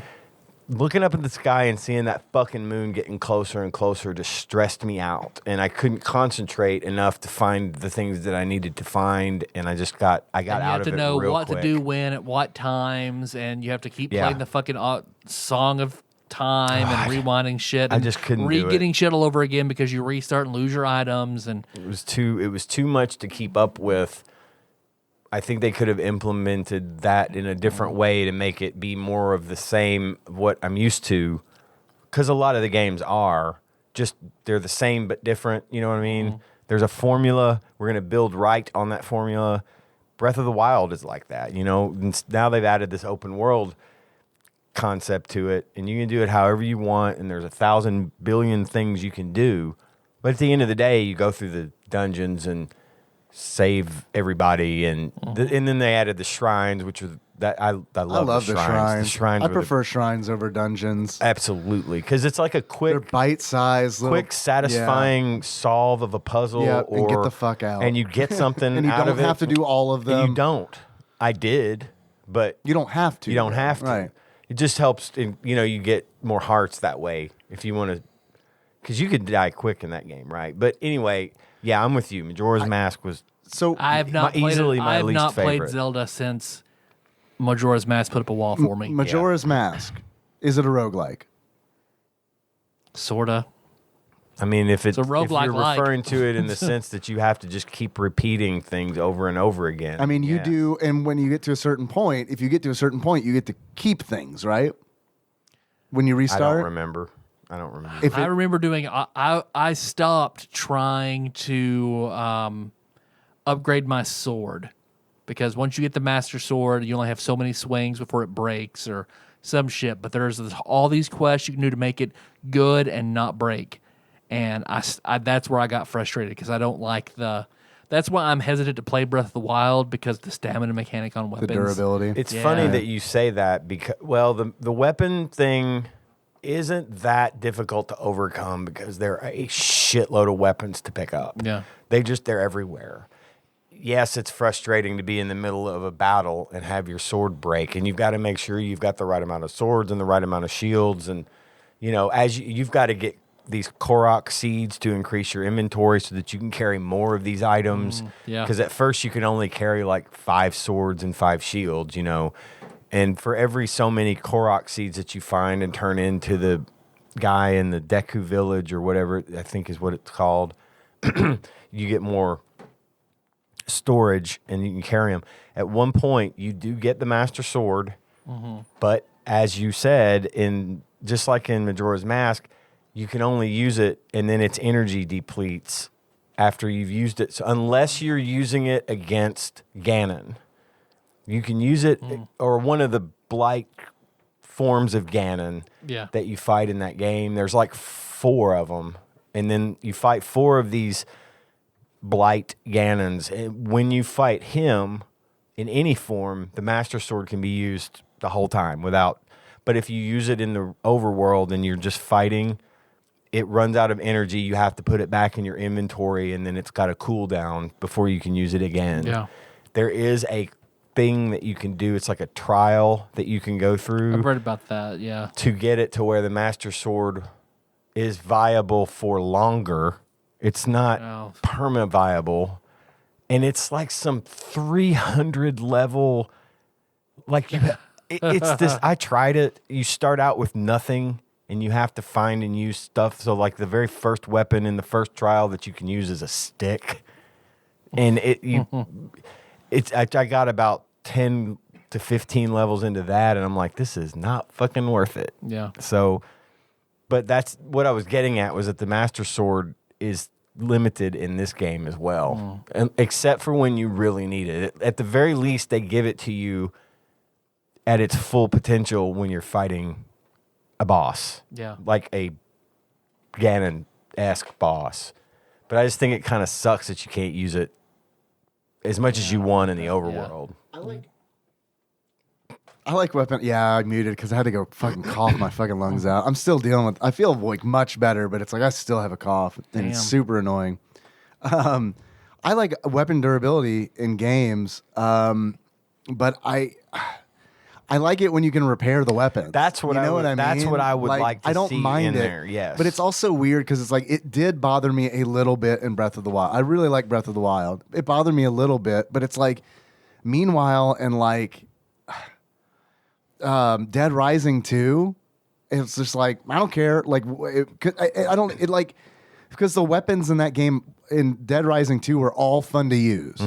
I felt like, and then you can combine them together, and they're like even more fun to use.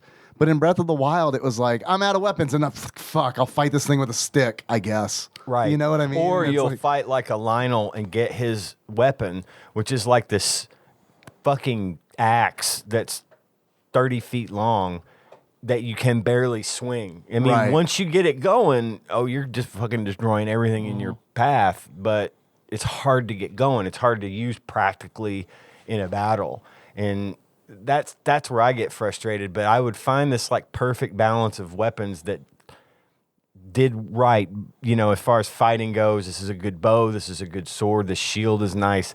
You'd think that with the intricate cooking mechanic in that game, that you could literally craft hundreds of different recipes that have different effects, that they would have put a weapon repair option in there somewhere. Yeah, I think they just didn't want you to. They didn't want you to. They wanted you to get to that point where you ran out of weapons in a very tense situation and you had to fight your way out however you could. With a stick. With a fucking stick. Yeah. Because I'd always like roll up on like a moblin camp or something, and then it was just like, there's just so many of them. I can't they outnumber my weapon durability. I'm gonna go through 4 fucking weapons killing these fucking moblins. One thing I learned about those moblins, because they're tough. They can be tough, and you get them from above. You get on a cliff above them and drop bombs down on them and throw rocks at them and shit, and just try to kill as many of them from afar as you can, and it doesn't cost you anything. And then you go down and just mop up the rest, But it's not always like that. Sometimes you're just chilling, and suddenly there's 8 of these motherfuckers coming at you, and they're like white with black stripes, like the high level ones, right? That are hard to kill. Yeah, and then you're fucked. You go through all your swords and shit, and you were on your way to something, right? Yeah, I was geared up to go do this. Now I've got fucking nothing, and I've got to go restock. Yeah, it sucks. Anyway, welcome to the Breath of the Wild podcast, everyone. Do you have any achievements for Super Adventure Island 2? I have a few that came in from Twitch chat. First achievement, Island Fozzie's Place. In order to unlock Island Fozzie's Place, your pretty wife, Tina, survives her captivity on Waku Waku despite repeated jokes about poo-poo platters. That came in from Mappy 1984. And the next achievement I have is... you got any more of them apples? In order to unlock, you got any more of them apples? You beat Wispy Woods' crackhead neighbor, and that came in from Gamebug Prime Nate. So thanks, y'all. I appreciate those Chivos. Do you guys have any? I do not. I do. I have 2. I've got my first one is Sean McElwain of Super Metroid fame, and you unlock that by not going to the casino. Because if you know anything about Sean McElwain, he absolutely, under any circumstances, will never gamble or take a bet or do anything ever like that. Or do anything ever related to gambling. Okay. He won't do it in D&D. He won't do it in a video game. He's like, nope, don't gamble. Don't do it. Nope. Mm-mm. Okay. And then, of course, you have the opposite. You unlock correspondent Laura Ammons by getting everything in the casino, because I've watched her love to gamble a lot. Yeah. Especially her favorite is roulette, which I've never heard anybody say is their favorite. I don't know. Roulette I found through playing, God, what was it? Not Super Caesar's Palace, because we haven't done that one yet. Vegas Stakes, thank you. From playing Vegas Stakes, a lot of people like roulette because... You got a 50-50 shot at doubling your money. And you can game it, essentially. Like, people like to game it. So I just... Because I was with you, man. I was like, who the fuck likes roulette? Turns out a lot of people like roulette. My dad never fucked with it, but, like, my dad would, like, go to the riverboat, the casino, and play craps. And, like, he would come... I remember being a child... and being like, Father, I'd like to place a bet. And giving him like $5 and gamble with this, because he'd always come home with fucking money because he knew how to play the odds. Craps. Yeah, I mean, so it's like sometimes he wouldn't come home with a lot, but I mean, he knew enough to like not lose his ass kind of deal. Well, I always wished I could play craps. I never understood the game. Jesus Christ. When I got older, he's like, come on, let's go. And it's like, okay. And for like 2 minutes, I was like, nah, fuck no. I don't get this. No, I'm going to go play Texas Hold'em. You have fun. Yeah. I've watched Time Lord Josh Edwards be up so much, so high in Texas Hold'em when we went on that cruise. Fuck, he was so far ahead. I went and got a drink, and I came back, and it was oh, no. Just enough time for him to say all in and be wrong. Yeah, I played, whenever I would play Texas Hold'em, it was essentially just, how long can I play without losing my money? Right. So anytime I'd go, I'd be like, well, it's been 4 hours and I'm leaving with the same amount of money that I came in with. So that's all right. Killed 4 hours. I've never done much gambling. Of course, when I worked at the casino, I worked there for 10 years. And when Right. you work there, you're not allowed to gamble. You can't That gamble makes there. sense. I could see why they I could had go that to policy. another casino and gamble, but not at mine. And then I took Tanya to Vegas 1 year, and I didn't gamble. I was just around it so much. It didn't really have any. I know who's winning. In other words, Right, sure. But she sat down and played blackjack, and of course I helped. And there was this other guy sitting on the other side of her who was helping her. Helping her. He was flirting with her big time. But he helped her to the tune of about $800. So we won $800 that night and was like, okay, thanks, bye. And then I played some slot machines just because I wanted to. Some of them were hard to, those ones with the big video displays on them. Yeah. And you can match like 80 lines in a different way, but those graphics on those stinking things are so cool. You sounded like me as a kid. God, with they the were game. just beautiful. I'm like, this is like ultra high def and graphics on these things. I'm just like, man, these things are cool looking. I would Runner in here. I would get caught at work, like staring at people playing, and one of my coworkers would come up behind me and like, you're not supposed to do that. And they would be like, get the fuck out of here. I'm like, shit, because I was IT, so I could go anywhere, and I was always out I would work midnights, and I'd go out on the floor and just watch people play and win. And one lady won. There's a game called Caribbean Stud. It's Super Adventure Island 3. yeah, there you go. Caribbean Stud. No, that's Caribbean Cuck. Okay. You play as the I king. thought that was the second one. Anyway, I can't remember the way the game was played. It's like poker, but it's not poker. But anyway, if you buy in, Go fish. you get the same type of hands as you get in poker, So if you get a royal flush and you paid ahead of time and bought into the jackpot, you win something like $32,000. A lot of money. It's a lot of money. It's a hell of a payout. Depending on that bank just progressively builds up and up and Until up somebody wins it. until someone wins it. And this one night, this one lady won, right? And I was up on the floor and then the fucking house just went down. It was just, people were screaming. But the only person in the room that was pissed about it was the woman who won. Because, and I was talking to the people that were cashing her out in the cage, when you win a significant amount of money at the casino, cut off. you have to fill out a tax form. When she filled out that tax form, that automatically made her income for the year 10 times what, it was her income times 2. She went to a new bracket. No more welfare. She was on welfare and got mad because she won enough money to keep her from having to be on welfare. The state wouldn't pay her welfare. And it's like, wait a minute. You were on welfare and you're here? Enjoy your winnings, man. She tried to get him to not make her fill out it's the law. Mm-hmm. Right. They got cops that will come. Did she eventually do it, or did she fuck it? Yeah, she took the money. Yeah. She took it, but she was mad because she knew that money was going to ruin her free money that she'd been getting. I mean, same difference, right? It is really, but I don't know. If you're on that welfare, maybe don't go to the casino. I don't know. None of my business. None of my business. Well, you're right. Then you don't want to win. So why are you doing it? You guys have any idea how much Super Adventure Island 2 for the SNES runs you loose? Oh, I had one more achievement. Oh, I'm sorry. I thought you had 2. I forgot I had a third one called Dwarven Defender. You want Dwarven Defender by blocking 50 things with your shield, just like the Dwarven Defender class were in D&D, where you have to just stand Block still. 50 things. yeah, you do have to stand still. Yeah, I forgot about that. That's funny. Unless you're level 10, you can move 5 feet. That's all I got then. How much y'all think this game is?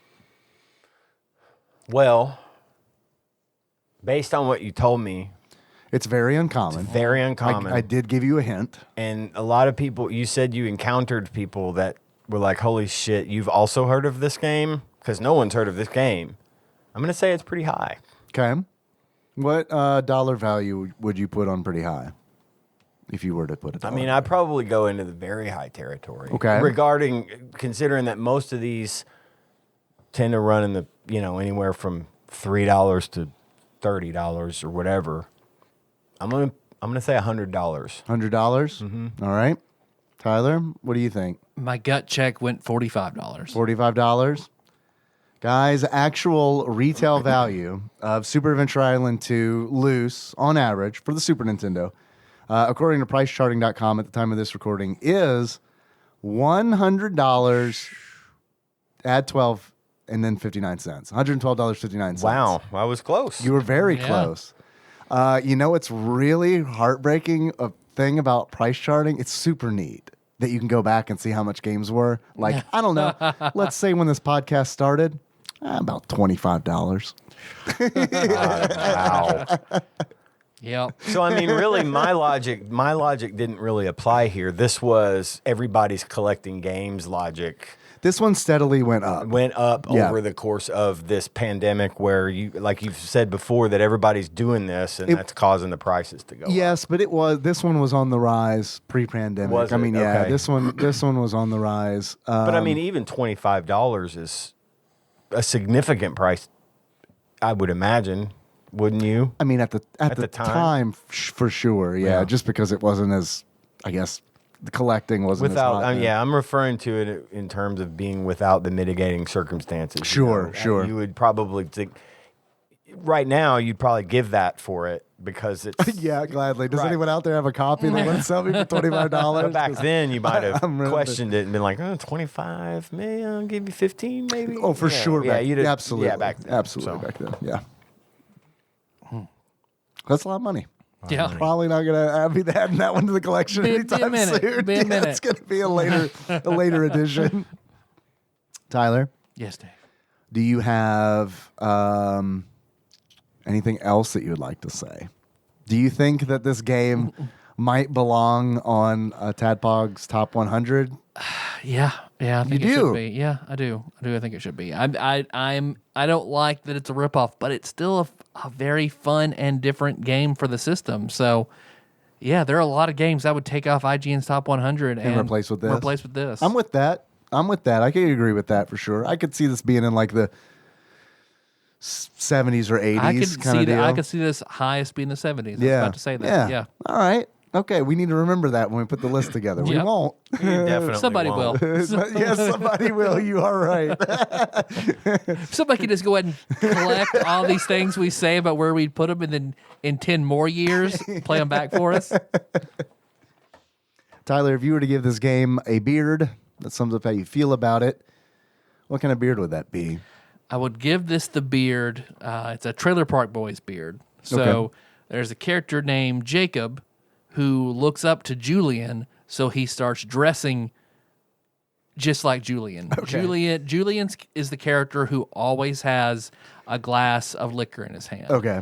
In every scene throughout the entire series, however long it's been on, you don't see Julian without. And I had the kind of glass in my house of liquor in his hand. He wears jeans, a black T-shirt, and has the liquor glass. And he has a goatee.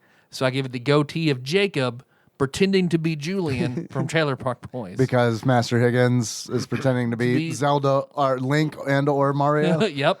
All right, gotcha. Tyler, Yes, Dave. if you were to give this game a pair of glasses, sums up how you feel about it. The rockin' shades of Mike Jones from Star Mike Ropics. Jones. All right. Which is also very similar to Zelda. Hit me up on the low because Mike Jones about to blow. Nice. Okay. Yeah, for sure, man. Star Tropics is always Start Ropics is the tropical Zelda. So Yep. it totally tracks. I love it. This is also, the tropical Zelda. Yeah. Anything else you like to say about Super Adventure Island 2 before we get on our raft and go somewhere else? Yeah, let's get on this raft. All right, get on the raft. I have a quiz that came in from one Ross Rachel Green across the pond. Do you remember the Tom Sawyer video game for NES? I remember seeing it. I don't think I've ever played it. I used to rent that one. Was there a fence painting? I don't remember that. There might have been. I remember a raft segment, which is why I brought it up, because I mean that was always like that was the exciting bit. Was the raft segment. Tom Sawyer for the NES. Check it out. It's not that good, but I liked it as a kid. Did they just call him Jim? I think that would be. Yeah, I don't know. Honestly, I don't know. I don't know what they called him. Yep. Probably not. It was the 80s. Let's be honest. I'm totally prepared. I got this quiz. Don't worry. Hell yeah. Don't worry. It's fine. I know you do. It's I fine. love how you build this dramatic tension. It's always so good. It's always great. It's really good. Did you ever get that file from Ross? I did. He wants me to play it real bad. Okay. He wants me to play it real bad. So maybe instead of voicemails, maybe we can play Ross's call or his intro. He swears there's nothing racist in it. Okay. That's just what a racist would say. I mean, it is definitely what a racist would say. You're not wrong. I'm not racist, but I'm going to leave Tadpog a 2-hour voicemail. just like that one at the nursing home that I used to work at. I worked with the guy who was trying his best to be Guy Fieri, like had the same tattoos, Like dyed his Julian. hair the same way. Yeah, exactly. And he came up to me one day. He's like, "Okay, I don't hate gay people or nothing, But let me tell you this joke." Jesus. Guys. how about no? Oh, Jason got him out of there so fucking quickly. But mainly because of the Guy Fieri stuff. Yeah, the Guy Fieri stuff, and I'm actually in the same boat as Jason whenever they're chefs in the kitchen who talk shit about baking. It ruffles my feathers People too. talk shit about baking? Yeah, a lot of Isn't a lot baking of like people, really hard to do? Yeah, and people will talk. People who just solely want to focus on culinary, a lot of them will talk shit about baking. Why? I don't know. They think it's dumb. They think it's inferior. They're like, no, I like, I don't do that bacon shit. Let me ask you a question. This is going to sound ridiculous, but do they think that it is feminine compared to They might. the rest of it? They might. Because that's always kind of the vibe that I get from like, I remember like even watching sitcoms when I was a kid, and it was like Women always be baking. women stuff. be baking. Yeah. Yeah. Men be grilling, women be baking. Yep. They might. That might be what it is. But it's still, I mean, baking. Baking really, is hard. As opposed to masculine and feminine, I compare it to culinary is sorcery and baking is wizardry. So define culinary. Is that anything that's not baking, or like you're preparing food that's not The savory, like, I mean, Meats and meats, vegetables, and you don't, I mean, you have a rough measurement, but you don't really have to stick as, when you go to the gram in baking. right? Yeah, baking's fucking And it's basically hard. the same 10 ingredients in different amounts, which is to just give you everything fascinating. in baking. Yeah. We've been watching that show Crime Scene Kitchen. Have you heard of this thing? It's this baking competition show on Fox. It just wrapped its season finale. We last murdered a night. man and put him somewhere in this kitchen. You have 10 seconds to find him. Well, it's something like that. No, these teams would there's a kitchen that they've set up with all these clues as to this mystery dessert that's been baked, and the teams got to go through the kitchen and look at what was left behind and try to replicate the dessert. And Jesus, some of the stuff they put out there, I've never even heard of. Some of these, baked. It's all baking, and it was just like stuff that I can't even imagine someone inventing, much less making again, because it's just so precise. Yeah. You just really don't realize how I mean, you fuck it perfect just a little You make bit. one fucking mistake, and your whole dish It's is just done. done. Yep. It's out, ruined. It's much harder. So I guess they might not think it's as fun because it's not like spontaneous big fires and Well, then big just don't knives do and it. shit. Then just don't do it. That's why when Dalton was asking me about him getting a job in a kitchen, I was Yeah. like, "Do not talk shit about baking." I would never. Good, don't. Yeah, it's hard. It looks hard. The title of this quiz that Ross sent in ties in a little bit to what we were just talking about. All right. The title is Hot and Sour. Hey, Hey, it's the best soup at Chong's. Yeah, I haven't had the hot and sour soup. I mean, I need to try that. I usually get actually the egg really drop or the wonton. hot and sour is where it's at. Okay, all right. I learned something here tonight. I'm going to try Very it. delicious. Ross begins, if there is one thing the British know how to do, it's complain about the weather. So here goes. It's bastard hot. It's been in the 80s Fahrenheit all week. I can find. Thank you, Ross, for no that escape. conversion. Yeah, man, because if you were in Celsius, we would not have known what to God, do you live on Venus? What the fuck? It's 233 degrees Fahrenheit. do. But a better story than that is this one. I like sour sweets, or candy, if you are wrong. Sour sweets are usually not that sour. There might be a tinge of sour that quickly subsides, but I was looking for something with a bit more oomph than that. Warheads. Warheads are good. Yeah, warheads are good. I like warheads. I do dig on the sour. Me too. Unless it's one of those fucking Trolleys are plums. really good. Them little. Oh damn!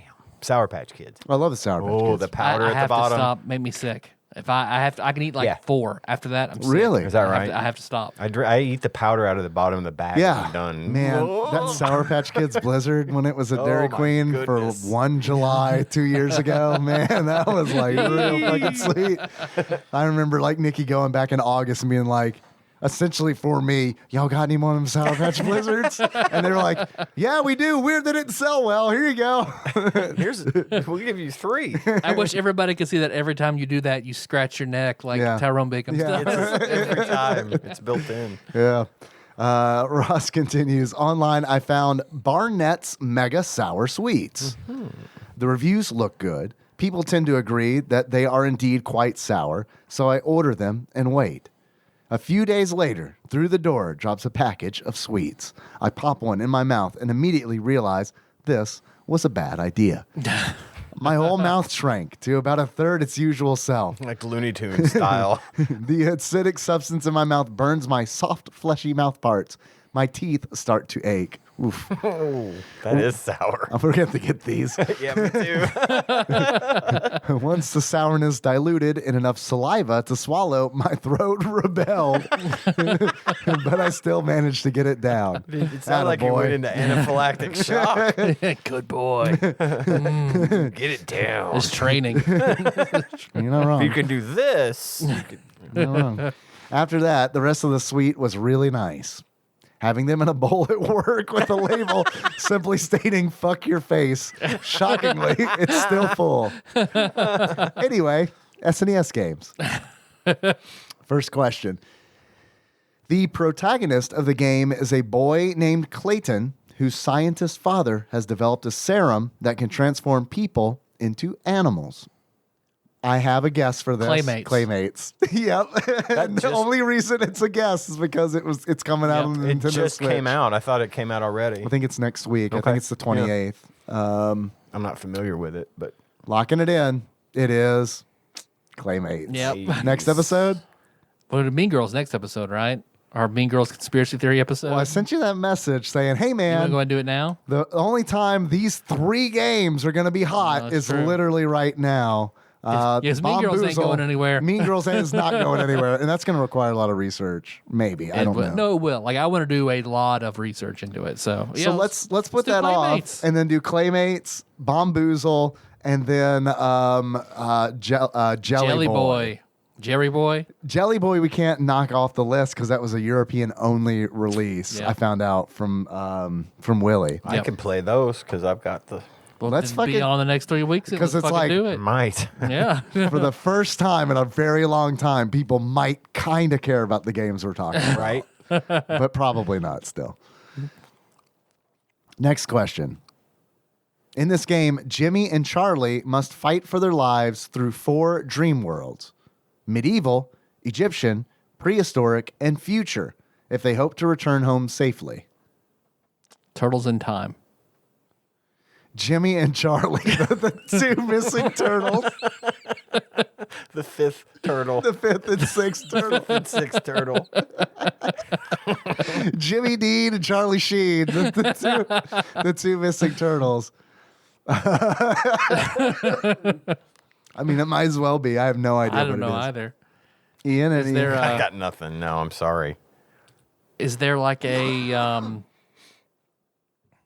sounds like an advert game almost. The way Jimmy and Charlie, is there like Yeah, I guess. They're going through medieval, Egyptian, prehistoric, and future. Jimmy and Charlie? Jimmy and Charlie. Jimmy and Bimmy. Charlie and the Chocolate Factory 2. Time travel. Time travel. Was the Great Glass Elevator the actual sequel to that? I don't know. Like it's the Chocolate Factory and the Great Glass I Elevator. didn't know there No was a idea. I didn't sequel. either. Was it a movie or a Just a book? book. Yeah. I never read the book. I just watched the movie. I mean, I think I did part of it for Accelerated Reader in middle school. Yeah. Fuck, I don't know. I really don't. Jimmy and Charlie, I have no idea. So presumably it's a 2-player game. That narrows it down. Time Boys. Time Boys, locking it in. It is Dream TV. We've heard that so many times, but I can't remember it. I believe you, but I can't remember it. It's one that just probably slides off my smooth brain. Because every time I hear it, I think of Dream On HBO, which, man, God, love that show as a kid. Good shit Man. when you're younger. Oh, my God, yeah. Just a healthy Yeah. boys outlet right there. Yeah. It was Yeah. great. Healthy young adult. Growing for boy. That matter. Next question. This game was based on a Galoob toy. However, the game was originally released unlicensed. Stretch Armstrong. A Stretch Armstrong Super Nintendo. Did Galoob do that? I don't know. is it like Micro Machines? Probably. Maybe. It is yeah. probably Micro Because Machines. it was unlicensed. Because they. Yep. That's it. I think you're right. I'm locking it in. It is Micro Machines. Nice. Well done, dude. Next question. This game was vastly different from the arcade original due to the limitations of the console and its top-down action game. And is a top-down action game. That's it. This game was vastly different from the arcade original due to the limitations of the console and is a top-down action game. That describes That's so many. Hundreds of Ross, games. Ross, I love you, man. That's too broad. So what is an arcade game? Unless it's called poorly ported top-down shooter. race driving. No. that's Race not- Driving was a poorly ported arcade But it wasn't game. a top-down action game. No, was it wasn't. It was a nice pull, though. Gosh, I sure don't Top-down know. action game. I mean, I think of top-down games, and I think of like 1943 and stuff, but those ported well. Yeah, and those I don't think got a Super Nintendo release. I think those are like NES. Okay. Gauntlet? Is there anything? No, Is there anything like that? There's like Super Smash TV. Super Smash TV. All right. Super Smash TV, locking it in. It is Space Ace. Oh. Space Okay. Ace. Okay. Well, that would make sense. why Right. it would- yeah, same as Dragon's Lair. Right, Exactly. right. So you could have said Could've Dragon's said Lair, and but- you'd have been right. But Dragon's Lair wasn't a top-down action game. Neither was Space Ace. On the SNES, it was apparently. Oh. Well, I thought it was also a top-down action game in the arcade. Yeah, I could see why you would think that. Okay, I get it. I understand. Yeah. I just assumed that it was also a top-down game in the Right, arcade. right. When it was Yeah. ported, they ported it. They changed it to be a top-down action game. Gotcha. Apparently. Next question. This game is based on an endurance motorcycle race held in Japan. Excite Bike. Did they make a Super Excite Bike? I don't think so. An endurance. Say it again. An endurance motorcycle race held in Japan. Takashi's Bike Castle. Takashi's Hidden Motorcycle. I think there's like a Suzuki game, but I don't know. I think that's actually like a jet ski Suzuki game or Samurai. something. Suzuki Samurai, locking it in. It is Suzuka 8 hours. Quarter credit. Next question. This is the sports edition of this famous quiz game. Jeopardy Sports Edition. Locking it in. It is Jeopardy Sports Edition. Nice. Next question. This game, based on a Disney film of the same name, sees you navigating maze-like levels, collecting gems, and throwing bananas. Jungle Book. Yeah. What other Disney games features bananas? It's Jungle Book. Yeah, yeah. it's gotta be. It's got to be Jungle Book. I'm trying to remember throwing bananas. Was there any banana throwing in The Lion King? Or was that even a Super NES game? It was. Yeah. But I don't remember any banana throwing. It has to be Jungle Book. I don't remember the banana throwing, which is weird. We just played it. Goofy's Banana Hurl. Goofy's Banana Hammock. Yeah. Jungle Book, locking it in. The Jungle Book. Well done, Ian. Next question. This sequel was released in Japan as Kiki Kai Kai Tsukio Soshi, or Mysterious Ghost World, A Moonlit Night, which is much better than the English title. That's Pocky and Rocky. Duck Hunt. Right? Duck Hunt, yeah. Super Duck Hunt.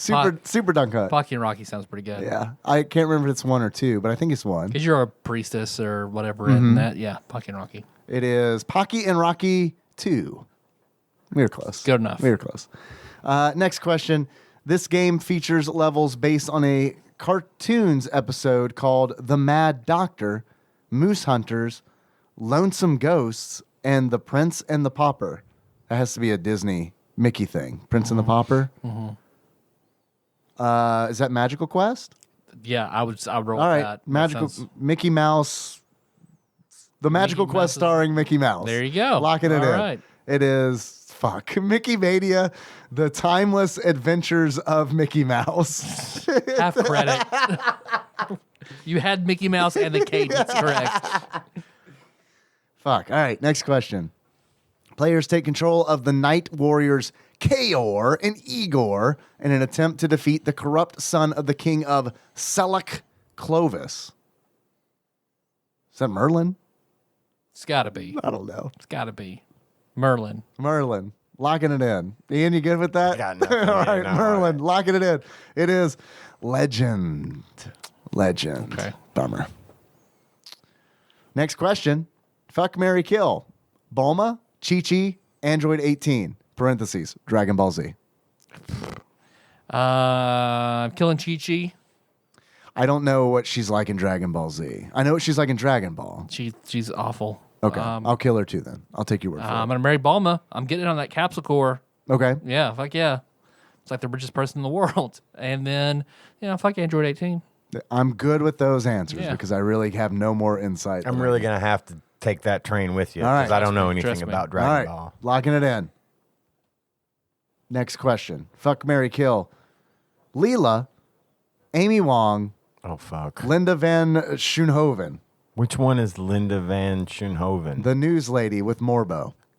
Okay. I'm going to kill her. Me too. I'm going to fuck Leela. I'm going to Yep. marry Amy. Yep. That's You exactly. gonna marry Amy? Yep. I would marry Amy. You really? I'm on the. She's I had like real his beef. answer. All right. I guess I mean I could see that. I don't know. It's kind of a I guess we're all killing Linda. I think I'd marry Leela. I think I'd fuck Amy. Next question. Fuck, marry, kill. Marge Simpson, Maud Flanders, Helen Lovejoy. That's a tough one. You gotta kill Helen Lovejoy. gotta kill Helen You gotta kill Lovejoy. Helen Lovejoy. I mean, I think Marge. Marge is kind of a beast in the sack. I think she's Yeah. got it, and that would be good long term. But we don't really know that Maud isn't also that way. Is But she I'm gonna go living Maud or dead Maud? You're right. Ghost Maud is probably way but fucking more interesting. And, I'm gonna kill Helen Lovejoy. Helen Lovejoy. Fuck Maud and marry Marge. Okay. Tyler? I know you've been waiting for me to ask you this question. No, I'm thinking like, if you fuck Maud Flanders, Will is Ned Ned kill Flanders going to murder you? you? Yeah. He would definitely snap like he did in the one episode. I think that would be enough to push. I mean, especially if she's dead. No, I don't think it would. I don't think it would be enough to make Ned snap You don't because think it'd be Ned enough? snapped over nothing. So he sweats the small stuff. He sweats the small stuff, but I think that would be a turn the other cheek type of thing for Okay. him. I think he'd be Oh, more that's fair. forgiving, and because he's such a good Christian man, Yeah. I think he'd be like, well, everybody makes mistakes, and I don't think that Cuck diddly olded. diddly olded. I don't think Ned would react that way to being cucked. I think he would just say, well, I'm not. And then a buzzard swooped down and carried Maud away.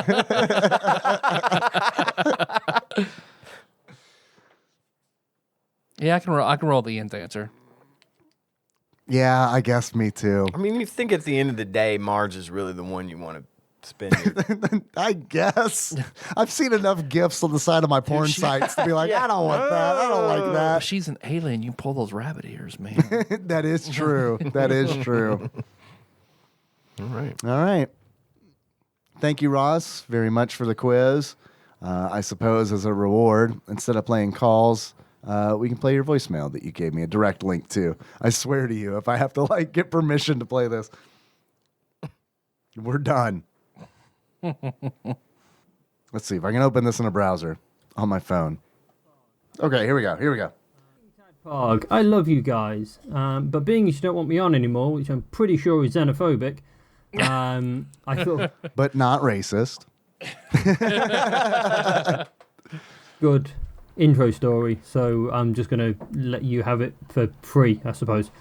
So this is a story about how For the record, when Ross said, here's an intro, play it, I said, save it for the next time you're on. So, Ross, fuck you. From across the pond. almost got my mother put on a register. Long ago, when I was first born, and fairly common by the sounds of it, my foreskin was stuck to the head of my penis, which was fine, I suppose. I don't really remember it that much, to be honest.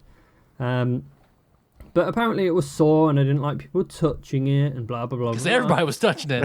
When people just lining up to touch it. And I just didn't like that because my foreskin was stuck to my... How's his bullshin? You know, it rhymes with foreskin, so we're going to go... He's got his boat race in his Racing his bullskin. bullshit. It's like half an abortion. So we went to the doctors a couple of times, and they said, yeah, it is sore. It's fine. It's fairly common. It will peel away on its own, which it eventually did. But they did say that we had to keep an eye on it in case it gets infected or swelled. Yes, Ian. Why do I feel like I've heard this story from him before? I think I have. Ross, you done fucked. I It don't. has something to do with school. Like I remember this story, his and mom- if he his has mom never had told to- this story, I am going to go get myself looked at. 2 out of 3 people at this table remember the story. I don't remember I think it. I've heard this. Okay, go. Okay. Up or all kinds of different things, really. So my mother went to check to see how it was going down there, and I refused. I didn't want it anywhere near my downstairs area, and the only way she could get me to show her was to give me sweets. Definitely. Oh, yeah. Have definitely heard you told this. this one. You told this one. But let's go ahead It's and still- finish it's a it. very good Yeah, story. let's go ahead and finish it. For those who haven't heard it. And then, Ross, you can just twist in agony knowing that you've already told the story on the show. And that means you're getting old. Hooray! While the next 47 seconds preside. So she would give me sweets, and I would show her that my cock hadn't swollen up to the size of a balloon. So, a couple of days later, Bragger. go to school. Teacher asks us all what we did that weekend, and you can guess what I told the teacher. And so a panicked phone call to my mother asking her to come in for a brief but friendly chat. I heard his where my quote fingers. mother- Yeah. They were there for They sure. whooshed. He quote fingered so hard, I heard a whoosh. sort of explained the situation and had to bring in doctor's notes. So yeah, I almost got my mother locked up. Hope you've not done something similar, although I'm sure you'll tell us if you did. I mean, Love I've you. talked about it. I have. Now, what was that you did? I don't remember Well, this. when I I didn't remember Ross's until he got to the mom part. when my mom, like I said, that my butt hurt and like my butthole. Gary. And she checked it out. And she said, why is it all red? I was Gary. like, don't know why. Don't know why I said it. I was like, my friend Gary put his Right. finger in it. Oh, God, no. Mom calls the school. We have to go up there with Gary's parents Oh, and Gary. God. And I was like, I lied. I'm sorry. Gary didn't put his finger in my butt. Oh, no. I remember. So when you started talking about it, I remember Gary. I remember thinking, Man, that was a really funny story when you told it. But now I'm like, shit, man. If Henry came home, Yep. oh god. I mean, of course, it'd be like, yeah, we're going to the school. We're calling all the people. Yeah. Well, you fessed up. Everything. I turned remember out. crying, and the principal was like, "Everybody lies, Tyler. It's okay." I'm Now sure stop touching everyone's your just butt. relieved that no one put their finger in your butt. Except for probably you. All right. Meeting adjourned. Everybody go home. It was really the principal. We're very, very glad that you came clean, that you were lying about people No putting one did fingers it. in your But are you butthole. sure it wasn't Gary, Tyler? Gary looks like he has painful little fingers. Gary, let me smell your fingers. They definitely smell like Tyler's butthole. Wait a minute. I shouldn't have said that. Presumably. All right, everyone get out of my office. Everybody knows what a Tyler, 7-year-old's you butthole stay. smells like. That's it. Thanks, Ross. I need to find Gary on Facebook. Yeah, you and do. apologize. Or bring him on the show. Come on, let's talk about it. Bring him on the show. Yeah, let's talk about it. 30 years later, Yeah. the butthole incident retrospective. You know, it'd be really great. He's in is if he jail. touched your butthole No. when he was Yeah, he really did I do just it. repressed it for the most part. And Gary's like, thanks for covering for me. Wait, what? Or what if it woke something up inside Gary and was like, oh, now that I've been through this meeting, I can touch as many buttholes as I want. No one will ever believe me or believe that I didn't. Yeah, I got or the that I perfect- actually did it. He's like perfect that cover. character in Sin City, and someone bit off all of his fingers. All right. That's pretty good. Thanks for listening, everybody. Next week, we know we're going to talk about Claymates. Claymates. Claymates. It's going to be an episode. It's going to be you've played it before, right? rented it when I was little. Yeah. I haven't Yeah, played yeah. it yet.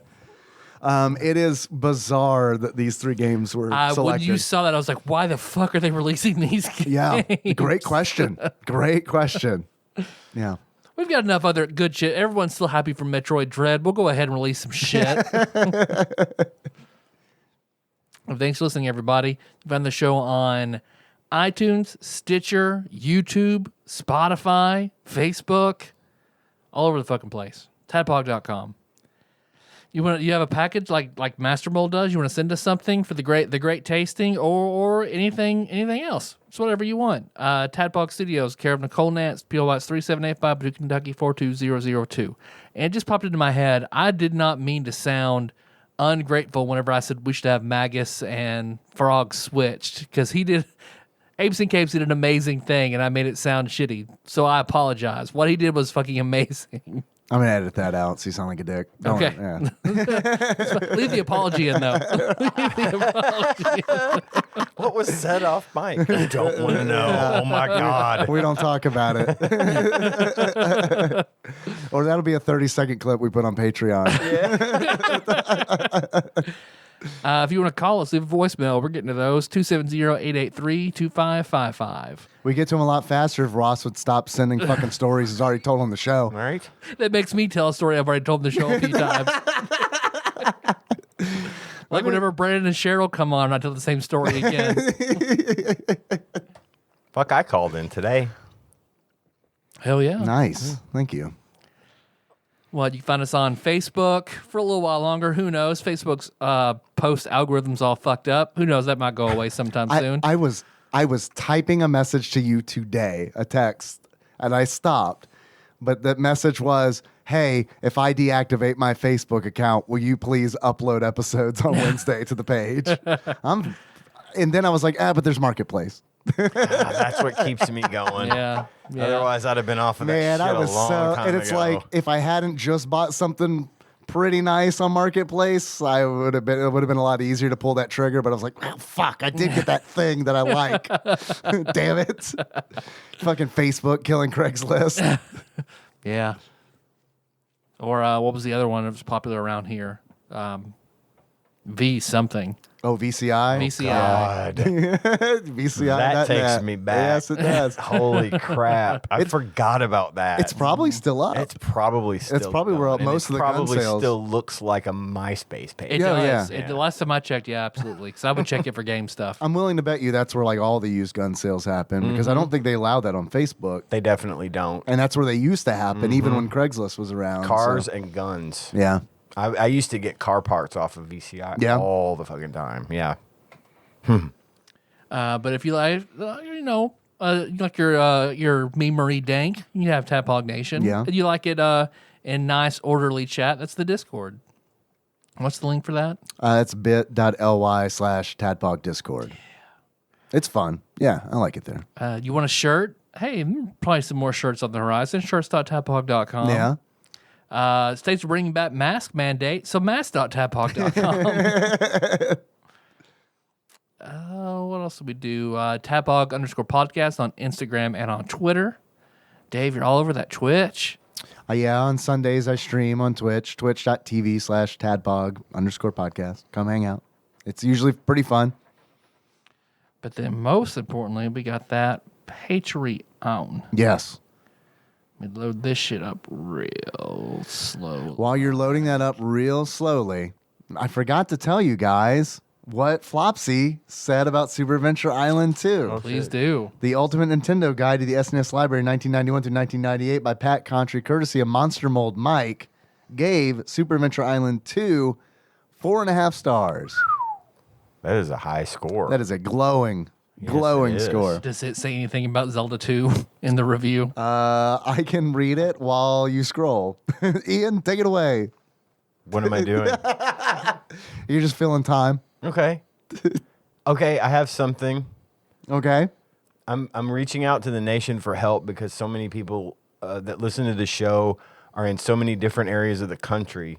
I'm having trouble locating an album, a vinyl album that was released last Friday. Oh, the DGs. This is you can't find This it. is the Foo Fighters Fuck. album they released. You really want this. You've been talking about this for weeks. It's really exciting to me because I've always been big. I love the Bee Gees. I love disco. I love that kind of that era. The Foo Fighters put out an album, and they named themselves the DGs. Dave Grohl, DG. Get it, haha. There's like it's on vinyl. It's like 5 or 6 Bee Gees covers. They're really great songs. I just want the album because my wife really loves record albums. She likes to collect them.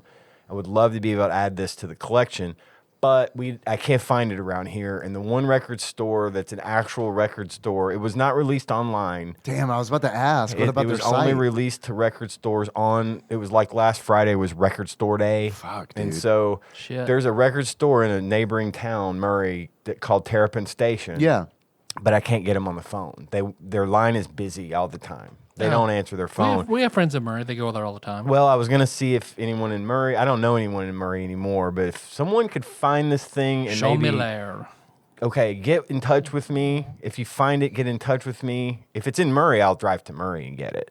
But if it's like, Drew and Bailey, if you happen to go to a record store in Georgia or, Abby and Michelle, if y'all happen to be out in a record store area and you happen to see this thing, let me know. If we can arrange some sort of thing, I'll pay to get it bought and shipped to me. I just really want this album. Phil And lives in I'm Oregon. They only use vinyl records in Oregon. There, so Phil's a there you good go. one too. So, and I mean, Digital media is obviously outlawed in don't. Oregon.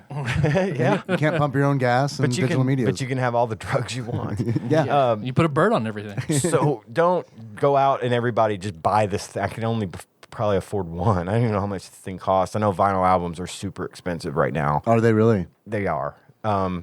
But, if someone finds one and is willing to work with me on this, just get with me through Tyler or Dave or on Facebook, and we'll work something out.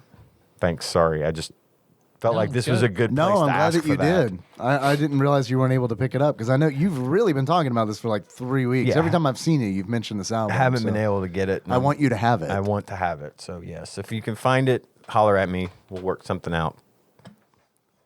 I did just get a message from one Nate from Utah, first time caller. The message says, I got this great album. I want to give it to somebody. Should I give this to? I had a dream last night. We were recording a podcast and casting Schindler's List as D&D classes. We got as far as Oscar Schindler is a priest. That's all I can remember. Oh, Do we have any Patreon? That what you were looking up? No one No. knew. Okay. All right. real quick. The name of the album Yeah. is Hail Satin. Nice. Go ahead. This episode was executive produced by the following people. These are the people who donate on patreon.com/tadpog at $20 or more a month. You guys are fucking awesome. Thank you. We very much appreciate that.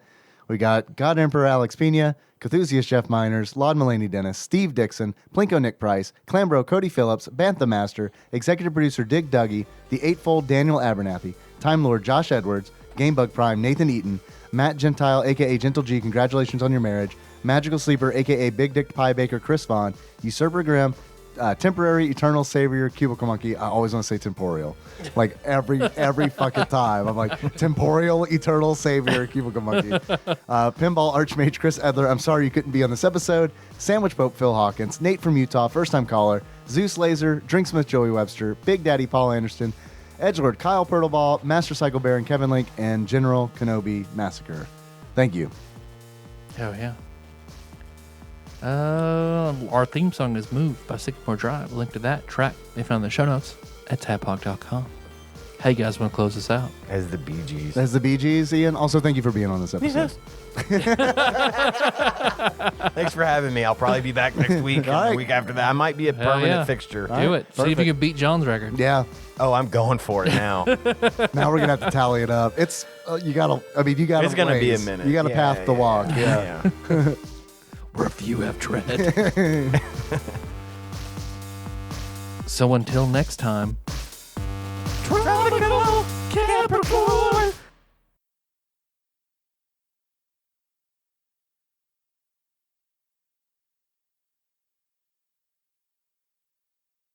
Raise hail, praise Dale. Everyone thinks that my tattoo, everyone around here, Because oh my god. Because asks it has an me- 8 on it. Yeah. Oh my god, I hate that. does Tell me suck. tell me how much I hate it. You can tell me because I don't know how much I hate it. I hate it so much. Yeah. It's like, God damn it. oh man, I'll be at the gas Oh, station. no. Yeah, oh yeah. Oh, you got that Dale Jr. Because you know it's an 8. My Right. band, this is if we're Playful talking, Eights. if we're on the show, Yeah, we're on the. This is Stinger probably. probably a stinger. Yeah. So it's my band was called the Playful 8. My first band was called the Playful 8. And our logo was always an 8 with wings, a halo, and a devil's tail, right? So nice and logo. it didn't. It looks It's a good. great logo. Good And, logo. you And know, it's a That's great- why somebody else stole it. You our see where it goes somewhere drummer, our drummer, who's a graphic designer, he did. We had a reunion, a 10-year reunion concert in 2008. We Right. did it on August 8th, 2008, 888, because of our band name. And he had redesigned the logo, and I liked it. And I'm like, yeah, this is a big. It's always been very important to me. This is the thing that I will get a tattoo of. So I went and had the tattoo done. And it's cool. I like it. It wraps the tail wraps around your arm. Yeah, we can post a picture of it if you want. Yeah, that'd be cool. I really have enjoyed it. It's a cool tattoo. But yeah, inevitably, to this day, people still come up to me if they see my ink in the store or at a gas station or something, and hey man, it's the Dale. Rest in peace, man. You know, because his number was Right. 8. It was 8. And he's And dead. he's dead, so we he's don't got know the if he went to wings heaven and- or hell. And you know, that's how this could absolutely. I could see how this Right. could absolutely Totally. be interpreted as that. Totally. Especially in this region of the country. Sometimes I just say, "Yeah, man." I was about to say you should I start mean, leaning I don't into try it. to be like, no. You see, I was in a bed. No, I don't get into that fucking mess. You should say, yeah, could I have $5? I'm But collecting. yeah, man, could I have I'm $8? collecting money for the For Paducah $5 to $8. for the Paducah chapter of the Dale Earnhardt Memorial Fund.